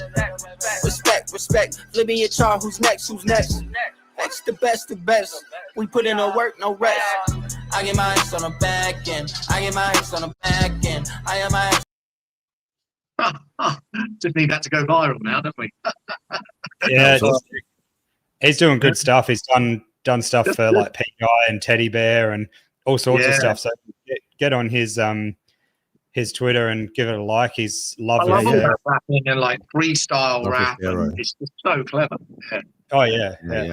It's killer. Yeah, he's definitely got some bars, that's for sure. It's at Love of Pharaoh on Twitter. Yeah. So good on him. That's wicked. I noticed a couple of comments from Raoul Paul in about a week ago, and I've got the clips here, and I thought it might be interesting just to chat about them. I love how you change your backgrounds fast, Abdul, because it's always entertaining to see that. Thanks. I'm back home under the bridge now. Yeah, that's it. That's bear market, man. You need to save that one for 2026. Indeed. But yeah, there's some interesting comments he made. I don't necessarily agree with all of his stuff, but some of it is pretty bullish. So I'll just maybe play these couple of clips. So this is the first one. If we were to have a big event now, what's interesting to me is I actually don't think we can have recessions. because of debasement of currency. A recession is really triggered by credit events generally. Mhm. It's when your collateral goes down too much versus the debts, and that's when the credit cycle plays in. But if you debase the currency, then the collateral doesn't go down.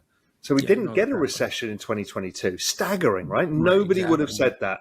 Nobody. Now, if I go back and be honest with myself, I don't think 2020 would have been a recession without a pandemic either. Right. And look how fast they turned it around. Exactly. So I think something has structurally changed. So if you said to me, well, what happens if China invades Taiwan? I will say the markets will fall for about a week and then we'll go up in a straight line because they're just going to inject more liquidity. Right. Interesting. And so that's a weird world we live in where actually these things are short-term downside risks and then maximum upside risk. It's weird. I love it. I mean, that's some bull market talk right there. Yeah, bull market sentiment, isn't it? Yeah. That's so crazy. I was like, what? No more recessions? We'll just print money, apparently. That's just the way to do it. So you might see some short-term downside, and then they just inject liquidity, and then you get maximum upside. So it doesn't talk about the ramifications of like endless printing, but yeah, exactly. What about the inflation? Forget about that. Don't worry about that. That's the markets will be okay. Yeah. But the dollar, the purchasing power will be wrecked. Yeah. Your $10 is now 10 cents. It's already wrecked. Yeah. And there was one other that I thought was interesting as well. I'll just quickly play it. I think we've got 6 years, and this is quite contentious. I think we've got 6 years left to make as much money as we can before we don't understand how the economy works anymore. We've got, if an economy is driven by, if the economic trend rate of economic growth is driven by population growth plus productivity growth and debt growth, by the time you change this aging population, which is slowing trend rate of GDP down, replace that with infinite robots and infinite AI, we've replaced the population component. Same with productivity by lowering energy costs. We end up with ridiculous growth. I mean, what are financial markets with AGI? That's so funny. Infinite robots and infinite AI.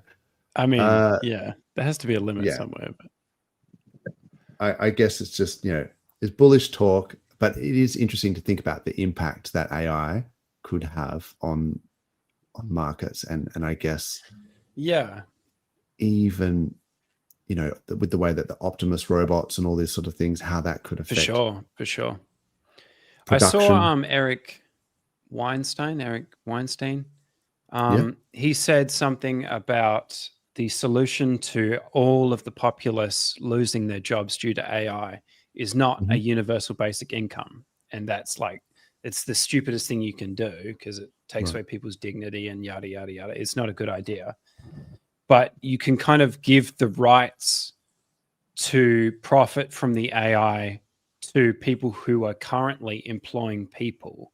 And then you do this like offset over time thing where you kind of slowly replace your workforce, but your workforce is getting paid, which I thought was a really clever idea. I still don't 100% understand how that fully works, but I was thinking like, in the grim scenario where it's so necessary that we need something like a universal basic income because no one has a job, and so society doesn't function in the same way that it does anymore. There was some good solutions to that. And I think it'll be interesting. We're in the most interesting timeline. I'll put it that way. Yeah, 100%. I think to see whether more jobs are lost with AI. I mean, there's a lot. I don't know. It's hard to say. I mean, as humans, we're very good at surviving and adapting, right? So once just raise the education and the skill level of those people who previously were doing manual work would now have to go to university and upskill and do software development or write AI algorithms, or doesn't the whole AI market now create even more jobs to regulate AI, to enforce AI, to detect AI? The opposite is true. I think the opposite is true. I think the people who are doing computer programming are going to have to go to school and become welders. Yeah. Like the AI is not gonna come and weld your pipes, and it's not gonna come and install your toilet, but it could write your code, right? It's a good short to medium bet to become. You could get a bit of both. Basically. You could get a bit of like degrees in, prompt based coding or I don't know, based, image creation. Just start prompting. Yeah. You now have these applications that detect AI. So you've got like AI that now detects AI. Even Chainlink, a well-known blockchain, it's currently it's quite ambitious, but they're building something called the verifiable web, so that will stop all these. I mean, I know it's ambitious, but what they're building is this verifiable web infrastructure that can detect any sort of AI bot activity, any kind of fake cryptographic signatures, fake news, fake articles. It can check, it can verify that things like BlackRock or any ETF fund is fully backed, and all these sort of things, everything would be verified. And that's currently what they're building at the moment. Now, it sounds ambitious and all a bit fantasy, and I wouldn't know exactly how it all would work, but I don't know. I think it's going to create, I think it's going to boom a lot more than what people think. That's just my guess, but I'm happy to be wrong. That's something we need, for sure, because there's so much AI could step in, and some people say, the fear of the AI takeover. Even put into a simple term, what about on X, if someone makes a post and it's fake news, and then AI come in and do community notes, we do community notes, and then AI come in and take over that to make it that it is true. That there's all that sort of stuff. We need to know what's true and what's not, or real. The policing and the detection around it all. Yeah, that I think is going to create a plethora of jobs but who knows? I don't know if you've seen much of Elon Musk's posts lately, but I know that ball boys at the tennis are out of a job. That's for sure. So that's already happened. Optimus catching tennis balls. Okay. Optimus catching tennis balls.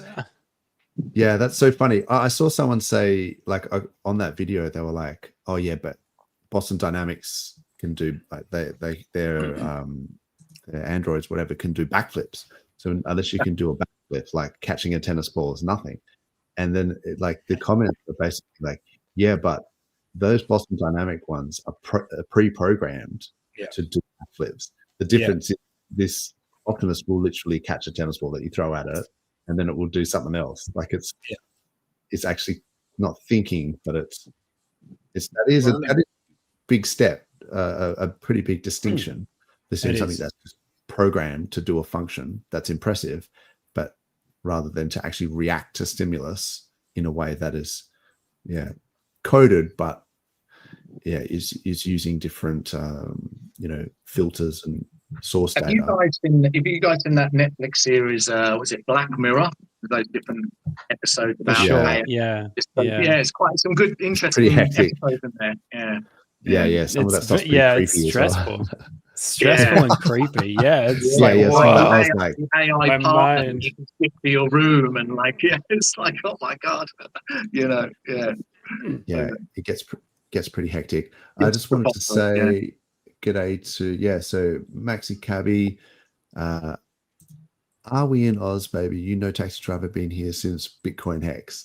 So I like that the original Bitcoin Hex, and then just drop the Bitcoin like it's cleaner. That's the line. Yeah, that's the meme. So irresponsibly long, yes, Raoul Paul, he was irresponsibly long on Ethereum, and in actual fact, I mean, so is Richard Hart. To be fair, it's only that's all in perspective, isn't it? I think you're only irresponsibly long for a certain amount of time, really. But maybe it's a good time to be irresponsibly long on Ether, because it's looking like it's ready to try and take on that all-time high. Yeah, and irresponsibly long on PulseChain. Well, that's it. And so, great point. Yeah, so PulseChain is leverage on Ethereum. So if Ethereum's going to do well, and then those away wallets are going to be massively in profit, people are going to speculate, and I feel like there's some leverage on PulseChain there. the PulseChain is leveraged on Ethereum. So it's finally working for us. And we can look at maybe the PulseChain versus ETH pair as well, like the ratio. Where is it? Wrapped ETH right in front of me. So yeah, if you price ETH in terms of Pulse and then just invert this pair, this is your Pulse wrapped ETH. So it was in this channel going sideways for a long time, and it was kind of good for liquidity farming, or yield farming, I should say. But there was a point where it just busted out, and then it retested this channel. I don't know if you can see that, but see it came back down and retested the top of that channel, like classic retest. I was like, oh shit. And then so yeah, I definitely pulled my farms, but then it went up, it went back down, and then it kind of bounced off the top of that channel again. So it definitely seems to be that Pulse is outperforming ETH over this time frame since, I guess, May. That actually made me think of another thing, because Raul, he's big on Solana, right? So let me just pull up this Sol chart. And Solana had been tracking Bitcoin, had been doing quite well. But then it's just recently sort of been going down against like the Sol ETH ratio. It's actually going down versus ETH. So not only is, ETH BTC, so if you look at the ETH BTC over like a large time frame, it's just been in this massive channel, and that it basically almost broke down out of this channel and sort of faked out, and then it's just sitting right in the middle of this channel. So it's still, it's definitely in an uptrend against Bitcoin. So ETH is outperforming Bitcoin, but then Sol has been going down versus ETH like ever since sort of mid-November. So that's interesting. And I had seen, I think it was Raul he's a fan of Sui. And I think, Ross, you're a fan of Sui as well, from memory. In your book, you talked about the Sui. I don't talk about Sui. Yeah, I don't talk about Sui yet in my book. That might be in the second edition. But yes, everyone's a fan of Sui at the moment. I wonder why. someone was mentioning it, but I thought it was you. But it's certainly been doing well, like in terms of dollars, right? But then, so I looked at the Sui Sol ratio. So I was like saying, how's Sui perform versus Sol? And there was an interesting sort of, I guess, line of resistance here that it didn't close above. It didn't retest it. So it's just above it at the moment, and it's either going to retest or it's going to keep going. But even Sui looks to be outperforming Sol at the moment. So there are some interesting, ones to keep track of. I think, Ross, you mentioned BitTensor maybe last time. Yeah, BitTensor. Yeah, that's still going strong. That's been going up, and also I think hitting, weekly resistance. Yeah, here we go. So there's weekly resistance here, and if it closes the week above that, I'd be pretty bullish on BitTensor. FET, I mean, with this AI narrative, might be the next sort of one to keep an eye on. And I think, when you look at some of these ratios as well, so yeah, this is Fetch just sitting on support here. So some of these things, I think it's just like all of the alts are pretty much cranking. Like Matic, Polygon has finally woken up after a long time. There's a few waking up, like your Algorands and your Cadenas that have been a bit asleep for a while, and they've been in hibernation, bro. They've been full Rip Van Winkle, just like funny, in cryostasis. I follow other communities like Casper.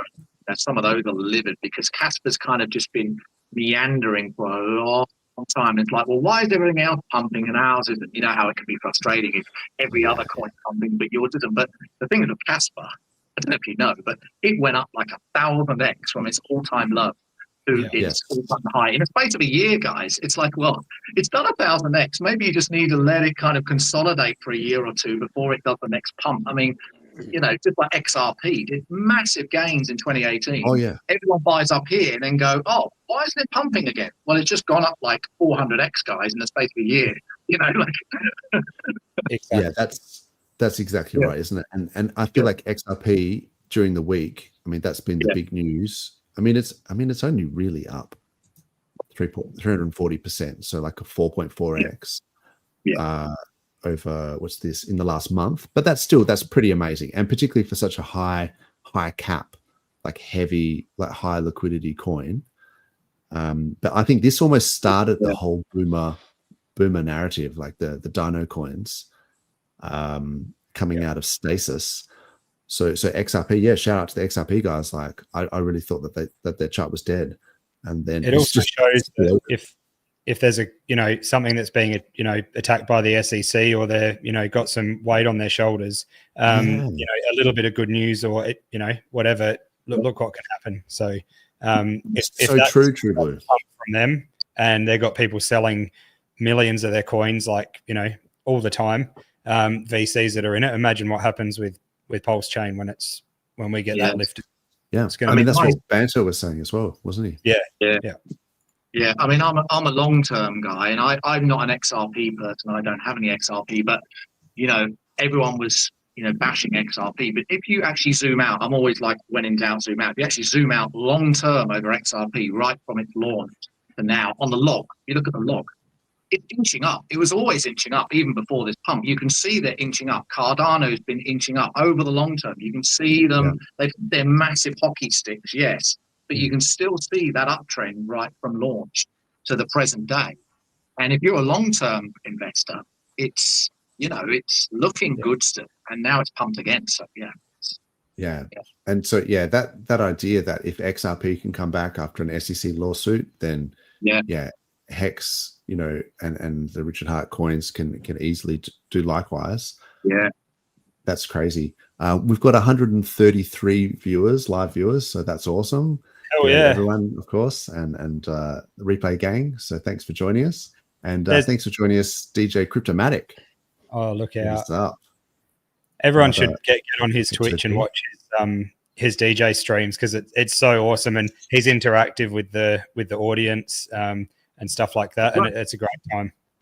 Yeah, it's good to stick him on if you're on having a few drinks or something like that, and just what kind of music is it? Party. He changes all the different stuff. Oh wow! The last one I saw, he was doing a drum and bass thing, but so you would have liked that, Ross. But he does all sorts of like funk and like even like disco or whatever, but a lot of it is just like Hex themes. He throws it in there, and then some other stuff as well. Sounds good. Next time he's on, I'll send you a link to it. It's he's really entertaining doing all that. How's this? The commitment of the chat here.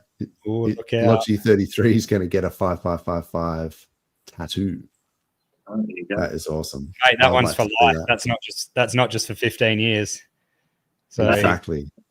Good stuff. You can come on Logi 33 if you once you get that tat, you can show it off, mate. That's a baller move. That's massive. Yep. Hell yeah. There's comments in there about heads being shaved as well. And Johnny Chaos. Shout out to Johnny Chaos. Had to shave his head. Yep. Hell yeah. So good. He looks tough now.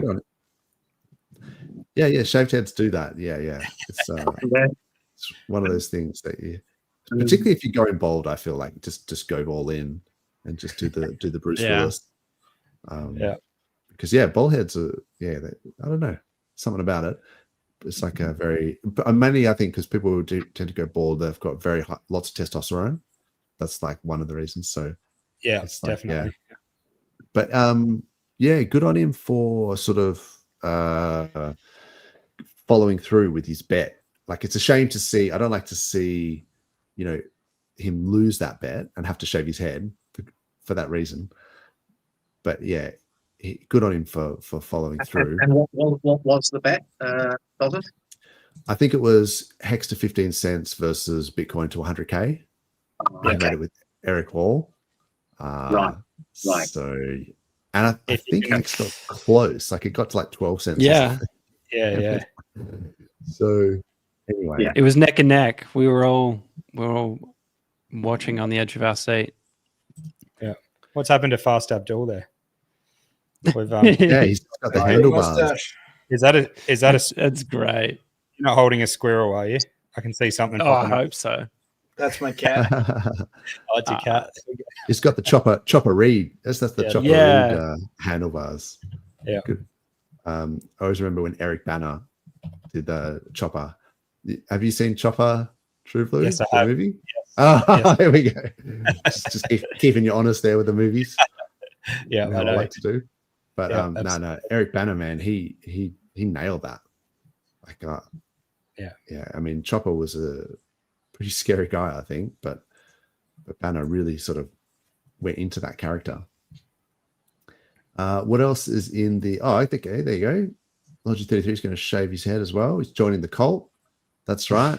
That's it. You've got your togas in the corner, Kool-Aid on the side. Yeah. And there's a tattoo artist over there that's just going to sort out your. All he can do is the number 5 as well, the tattoo artist. Yeah, that's right.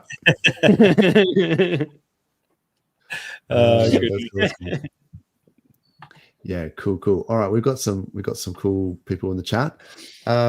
Yeah, did you guys want to look at some DGen coins or anything before we wrap it up? Why not? Hey, at the next meetup, we should do that. We should just have like a few tables and someone sitting at each table, and you have to you have to get involved, get them all ticked off on the way through. That'd be hilarious. Yeah, that's right. Like I think there's when going to be a next few. meetup, by the way. We got to start planning that, Sammy and Darb and that. We got to make that happen for next year. You have to come to the Planning West a meetup Coast. is like timing the bull. You got to basically time the bull. Yeah, the peak of the market. Yeah, Make a bet. You get November, a babysitter easier that way, Dozza, wouldn't you? That's right. November 2025, I reckon. There's a good time for it. Let's do it. The last Perth meetup that I went to was Hex was at 50 cents. Yeah, that would have been nuts. Oh, yeah. Yeah. We got to get Tangent to put on a show for it and book it in November. Let's do it.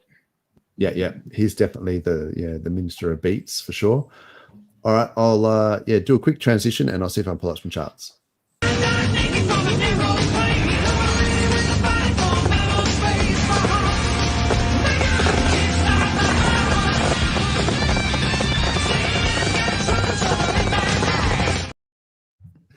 I love that. I don't know why.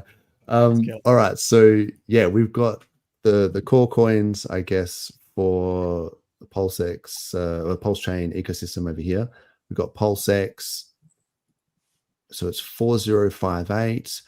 Some of these are down. I feel like just because they've been up so much the last few days, there's just some healthy retrace. So Pulse, for example, let's get this ad out of the way. Pulse, for example, is at 40819. So that's crazy. That's nearly back at SAC. And, most people got a multiple with their sacrifice. So it probably is at SAC. But yeah, it's crazy to see we've got the price above the 10, the 20, the 50. And what is that? The 100 simple moving average. So it's just uptrend. And it's, we're getting little bits of retraces, but I think we can actually make a push for this 0001, which is sort of like the SAC price. But yeah, or maybe we'll just bust through it like we did last time, because people thought that we would struggle to get through it last time, and there was a bit of a pullback. But so last time it went pretty much straight through it, went to almost 00015 before it pulled back, and then just kept going until like 0002. It may have even gone higher than that intraday. But yeah, and Hex has been pumping as well, following that trend. It's up to 2.75 cents. So same deal, above the 10 and the 20 MA, and the prices above both. They're all stacked. And if you price it in terms of pulse, so I just got distracted. But yeah, so there looks like there's some support here as well at around about 317 pulse per hex. We're at 336. Yeah. So yeah, so that pulse, so that hex pulse ratio as well is kind of well, it's kind of going sideways. So I feel like they've both been pumping. PulseX is certainly pumping against the dollar as well, and Ink. Let's just pull up for the Almighty and for Brizology, and maybe for True Blue, the Ink price. So this is so we got Ink PLS. Oh, it's actually come back. Yeah, you're right. It was in this sideways channel, broke down, and is back within that channel. So that's interesting. And then the Ink PLSX, I think, was the other one. So I was sort of saying that I think that this over time will go down, because of that buy and burn versus the sell and inflate. But it has actually been going up. So yeah, I mean, this is the thing.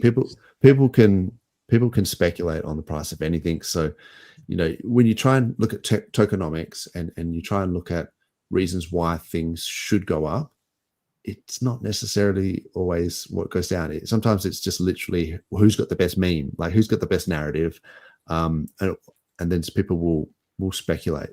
So even if you think there's like a tokenomics reason, sometimes the speculation reason is more significant. So that's making higher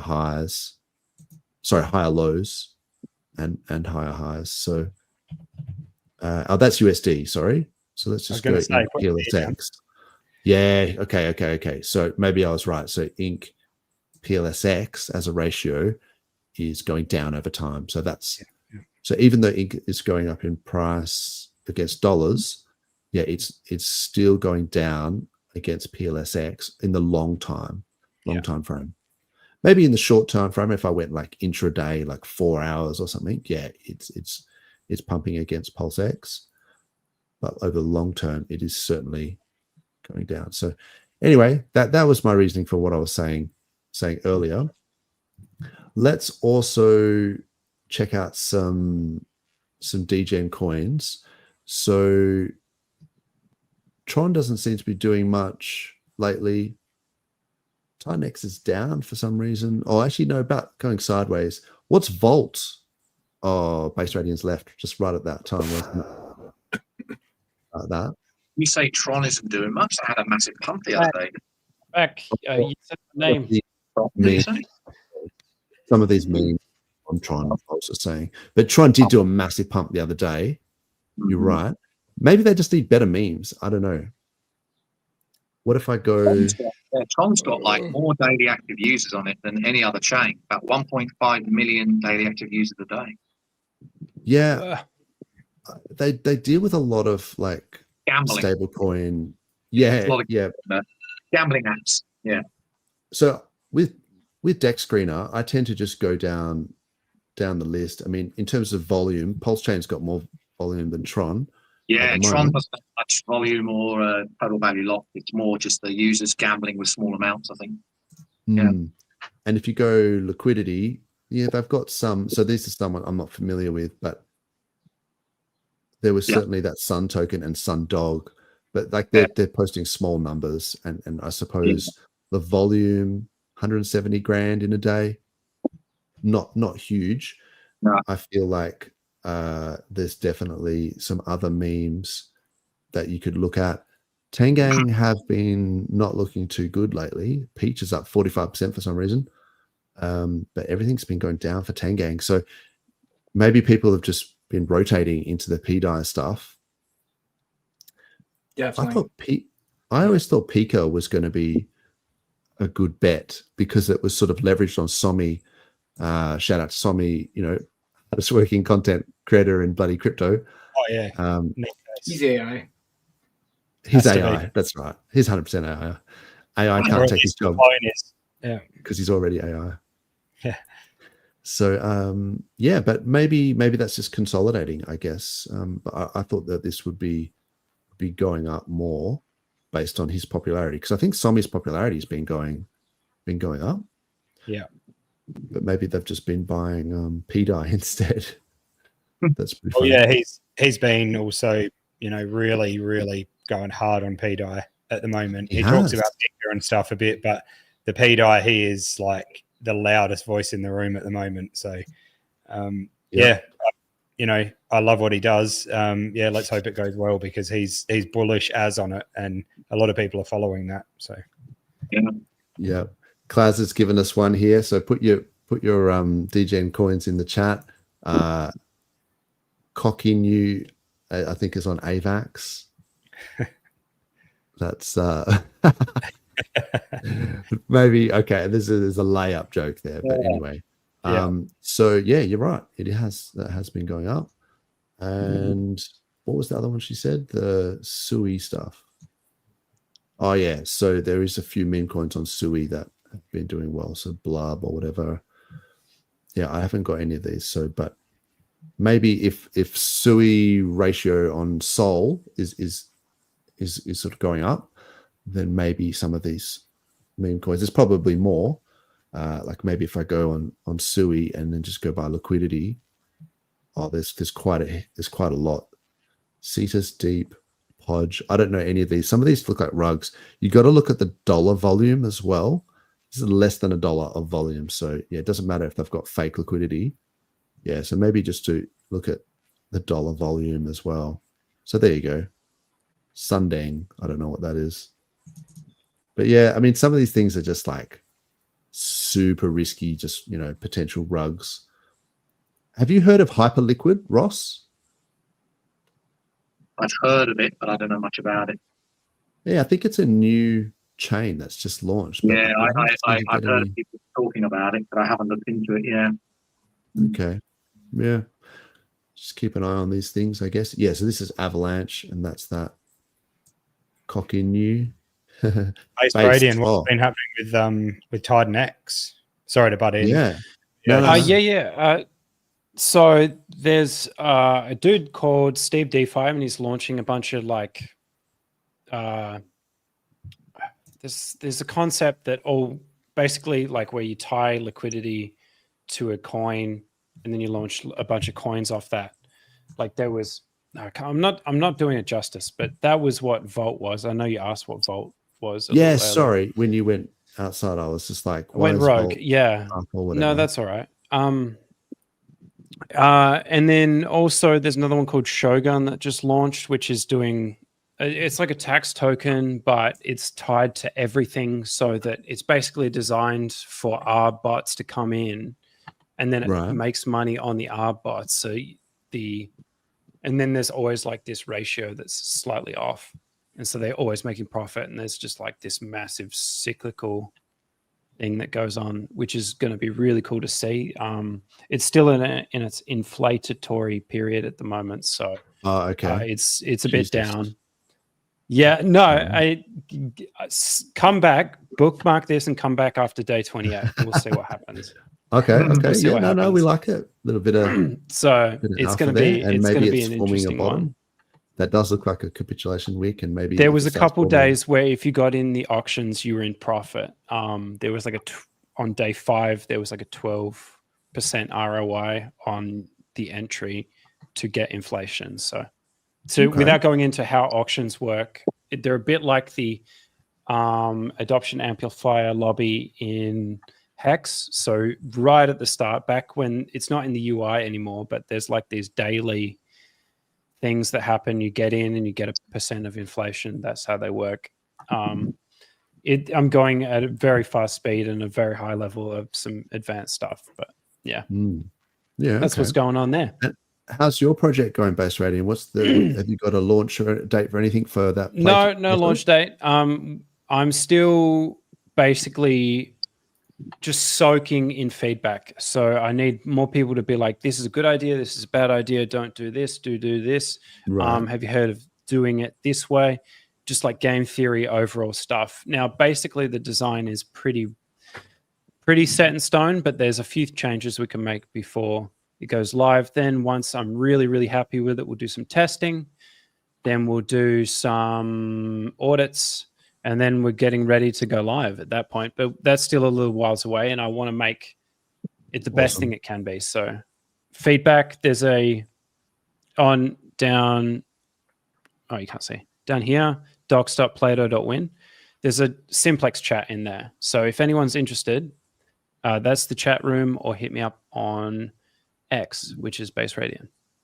Sweet. Awesome. Cool, man. Cool. Yeah, I mean, I feel like now's a good time to be launching for sure, because everything seems to be going up. And some of these coins, it's just like, you could literally just throw money at a wall and it sticks. It's like some of these coins just keep going up. These times in the market, some of these coins are just junk, like absolute junk, and they still go up. Like I was just literally just looking at this chill guy thing. I'm like, how is this not rugged yet? How is this still a thing? Because I remember this came out a couple of weeks ago. 66% of it is locked liquidity, but $10.5 million. I don't know. I don't see it, but people are buying some weird stuff. Like I was looking, like, so I've got a few watch lists here, and I was just looking at some of these memes and things. But so Solana meme coins, you go through liquidity, you got Slurf. I mean, that was a community takeover. I cannot believe that has got so much liquidity. Book of Memes, Mew, Dog with Hat, Popcat. Peanut is still going. I cannot believe that Peanut meme has still got legs. Yeah. Why? That's the only one I'm behind. I'm behind Peanut. I'm not in Peanut, really? but I'm behind Peanut. No, I'm not. I'm just like all for it. Yeah, true. Got a good story. RIP Peanut.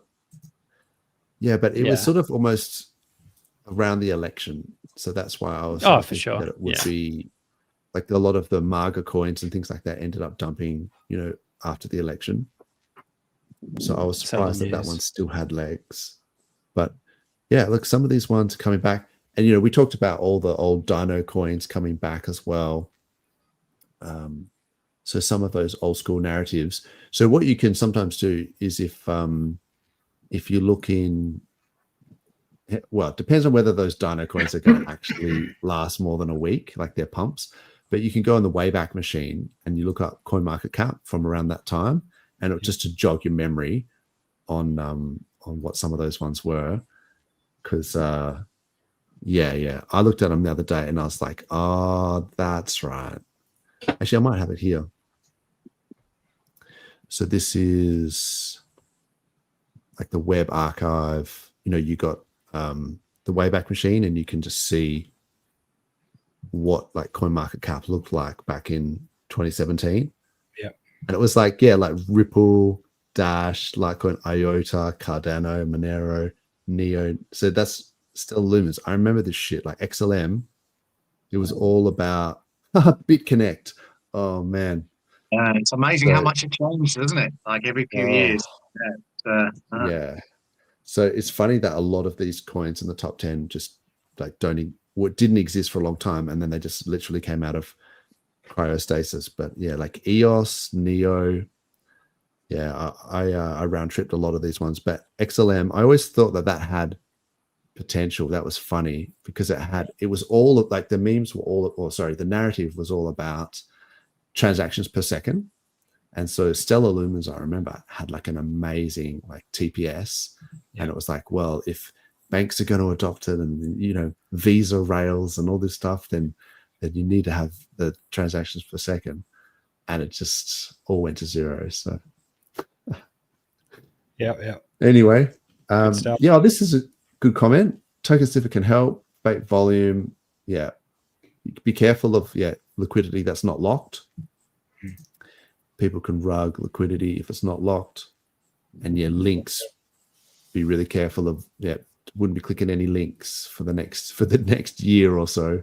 Yeah, that's for sure. All DMs, all private messages on Telegram or Twitter are scams. Just assume that for the next year. Like every person who's contacting you, even if it's your buddy, even if somebody you see on the screen right now, it's a scam. Like it's and never give away your seed phrase or your private keys. If you don't know what those things are, look it up. Yeah, particularly on Telegram, don't click links, that sort of stuff. Like they're just nearly always scams. So yeah, I guess be safe out there, peeps.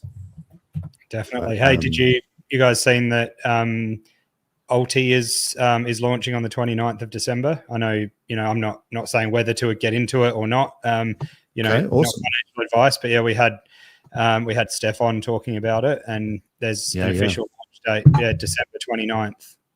Cool. Yeah, I participated in that competition, and that was pretty eye-opening. But yeah, look, it could do well. It could do well. I think maybe on that first day, one of the insights I noticed is that on that first day, you get like a locked in. You get a pretty good price when you deposit. So then, yeah, when people sort of buy or whatever on day 2, day 3, I think it's hard to beat that first price that you get. Yep. So yeah, that's interesting. But I mean, it can always go down. I mean, one of the things as well that I noticed, and it might be good to have Steph back on and just sort of listen to see if he had any insights from that competition. You should do a post-launch. Yeah, maybe. Yeah. One of the things that was interesting was that because I think only 3% of that, so when you deposit, your ETH, 3% goes to the liquidity pool from memory, like the V3 pool, and like 97% of it goes to that long-term pool, which is great for like the pump pool can continue to pump over time, but it means that the actual liquidity was quite low. And then in the competition, because everyone got free ETH, they were able to just like dump the price, because it's like, when you get like, you play at poker with like matchsticks or something, you just go all in because you don't care. Exactly. And then it was just like the price was so volatile because it was low liquidity. But maybe in real life, like people wouldn't just be eating massive slippage to dump their ETH. No, people are a bit more careful. It's like playing on, when people were playing on testnet. Any testnet. But for example, one I was in was in the PulseChain testnet. It's like, I was a squillionaire in PulseChain testnet. I was so rich. So rich, dude. Yeah. That's so funny. The testnet. I never really got into that. Like I did have quite a lot of testnet coins, but I was like, I started with nothing and made it to the top in PulseChain testnet. It's awesome. Just there's real financial consequences is what holds me back. You're paying. It's how it changes. Yeah. Good training to be a millionaire, right? When you're going to be a millionaire, you might as well warm up now, right? Warm up on test. Yeah, right. Well, but interesting how it changes, your behavior, your risk tolerance and everything when it's real money. Yeah. So like you can kill it on a testnet, and then you go to do it in real life, and you're like, nah, I'm not risking. I'm not just dumping. It's like playing poker, isn't it? You play poker with chips at home, but when real money's involved, it changes. Yeah. That was fees on PulseChain are so cheap. It's almost like it's a test net. Like you can do a $1 experiment, right? Yes. Like I'm in like 400 liquidity pools right now, like because it costs like 10 to 20 cents every time I press the button, right? Like you can have $50 in 100 places. It's not. It's and not to compound as well. Like to compound your yield and stuff like that. It's like phenomenal. Cool. That over an ETH is like you have to wait. You have to have a lot of money in to generate enough yield to because the transaction fees are like $10, maybe $20 worth of swaps and moving stuff around before you can even compound. So you have to have a lot of capital in ETH, whereas you don't in PulseChain. Totally. I can claim like a $2, fee somewhere and take that, it cost me 5-10 cents to claim my $2, and I can go deposit my $2 somewhere else and make another 20 cents. Like if I want to. That's right. Yeah. I was just going to quickly say, beware the impermanent loss when some of these farms and stuff, when everything starts rocketing up. That's the only thing. Yeah. Be in farms that have no permanent loss. That's the key. Yeah. Be in farms that, I guess so. The ones that rocket up together. Yeah. Yep, they got to be correlated. And there's things that are so correlated that they're almost the same thing. right? So if you can be in farms, like we just got the vouch protocol by Jexa. Perhaps you guys have heard of them. True. Yes. Right? Yes. So there's the V Pulse, which is redeemable for Pulse, right? And now on 2fucks.io, we have a farm that's V Pulse versus Pulse. It's paying like 40% or something like that. That's 40% extra, right? On pairing essentially Pulse with Pulse. Yeah. Right. Making fees, increasing the number of like Pulse tokens you have or V Pulse, which are effectively the same thing, and then getting bonus yield on top. So we're going to see more things like that. There's a rocket pool fork coming out called Project Pi. And then we'll see a pool that's V Pulse paired against R Pulse paired against Pulse. It's going to make even more fees, right? Yeah. And no matter what, you have Pulse paired against Pulse against Pulse. And we already have that opportunity with Hex. There's like, how many different kinds of Hex do we have on the Pulse chain, right? So we have, and I'm not talking EHEX because there's impermanent loss there. We got Maximus DAO. There's the new actuator protocol that is similar to Maximus DAO. So you can pair Hex against Hex, just like Pulsechain Hex in like, a dozen different ways. And these things will move very closely together because they're mostly the same thing. There's even Icosa as well, and those sort of things pretty well with them as well. Yeah, they do, but there's stealing. This is pretty high. Yes. The Icosa sort of hex ceiling is like a 10x or something away from here. So yeah, it did hit it on EHEX not that long ago. The EX to Icosa ceiling was hit, and I was able to arbitrage by making Quattro Cinco stakes and then selling them to the Icosa contract and profit. Nice. That's awesome. I did that lots before. I hadn't done it for felt like a year, and I was able to do it again maybe 3 months ago. That's is there much? Sorry, I was just gonna say, is there much liquidity on the on Fux for like Maxi and stuff like that? Because I always thought Maxi Hex would be an awesome LP to be in. And then actually, there's almost all the liquidity on Fux for Maxi. Yeah, exactly. Yeah, but it's almost non-existent on some of the other dexes. So yeah, I'd have to check it out. I mean, I've got it here. Like there's a huge pool. Yeah. There's all the perps. So there's almost $1.4 million in the perps, and then you've got the Alex stuff. So that's like 900K. So yeah, I feel like that's starting to become. Yeah. And then there's another one with their team token, which is a little bit different, but still basically Hex. And then there's one with the Maximus DAO tokens from Ethereum bridged to Pulsechain, all paired against each other, and Hex from Ethereum. So it's like there's quite a few different options. Those ones aren't paying the most right now, but like you're compounding and you're getting more of the base tokens in the pair, and then you're getting bonus yield on what is essentially tokenized Hex stakes. So there's a lot of ways you're winning.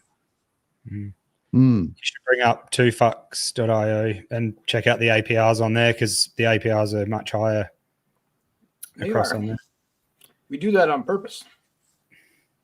So have you had a lot of people like migrating their VFucks and stuff like that over? Because this is about the time where if it was locked for a year, that the unlocks would be about now, wouldn't they? Or just recently? No, they happened. We're at least we're like 4 months past that. So yeah, right. A lot of people have migrated over. We have 80% of Pokemon Index. That's good. Awesome. The Pokemon Index. Not bad. That's good. The angry oranges. They are a little bit angry. It's so good, and it's like what you're giving them a reward if they want to come in, even though it's called angry oranges. I dare you. Yeah, they're not my biggest fans supposedly, but they do a lot of advertising for me regardless. That's exactly right. Well, you can get into the Atropa Ascension. That's the market basket of Atropa coins. So that way you get your P-Dye and your Atropa and Teddy Bear. That one right above is P-Dye, the DAI USDC, USDT. Those are the P copies. Yeah, right. 383 APR. not bad. They're very correlated with each other to the point where if PDI hits $1, PUSDC will probably hit $1, USDT maybe 80 cents. Look, I worry about the admin keys for PUSDC, and I'm pretty sure even PUSDT. So that's just, but yeah, the PDI, as far as I know, doesn't have the admin key, so that's the difference for me. But yeah, okay, and the PDESI Coast, there you go. So there's even something for 43 OG. Yeah, exactly. So there's something. There's about 100 farm choices on there. That's just the first page of of 30 pages of farms. Yeah, that's crazy. Those APRs, that's really high. So that's awesome. It's working. Cool, man. Cool. Well, yeah, I think, did you guys want to say anything before we wrap it up? Not really. I was just going to ask, Fast Abdul about 2FUCks, but we just had a look at it. So I thought that was pretty good. Nice. Yeah, maybe next time we'll go through it a bit more detail. That was just a quick look, but yeah, there's 133 people still watching. So yeah, thanks very much for joining us.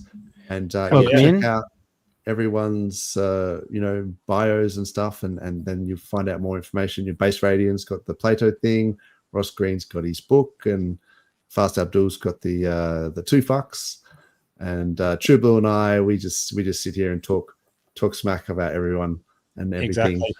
And we love having everyone on, like Ross, thanks for coming on. We know you're busy doing stuff as well, and Fast Abdul, it's a ridiculous time, and Base Radiant, you've just been bloody consistent lately. It's so good. So and it's awesome. Some weeks coming up where Dozza's going to be busy doing other things. So he's going to have his hands full.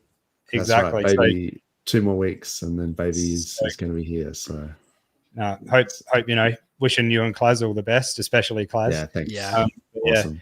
We'll be thinking of you guys, and if there's anyone in the chat that wants to jump on and say g'day as Tom's there, and have a bit of a chat with us, we'd love you to join anytime. You just hit us up in the chat or in the comments, or on Twitter, send a message or something, and we'll send you a link. So Tom Gillespie's got a really good insights on meme coins. He's done the whole G'day token, and he's got a bunch of other things I think he's got brewing.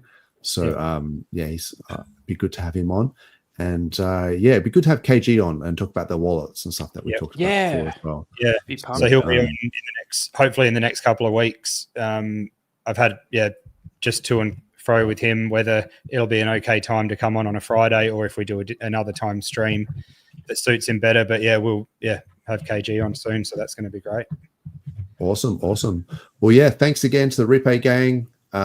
Everyone out there that's been watching, appreciate your comments. And of course, Fast Abdul, Ross Green, True Blue, Base Radiant, appreciate you guys. Have a good weekend. And wishing you all the maddest of gains. See you guys. Thanks, guys. Yeah.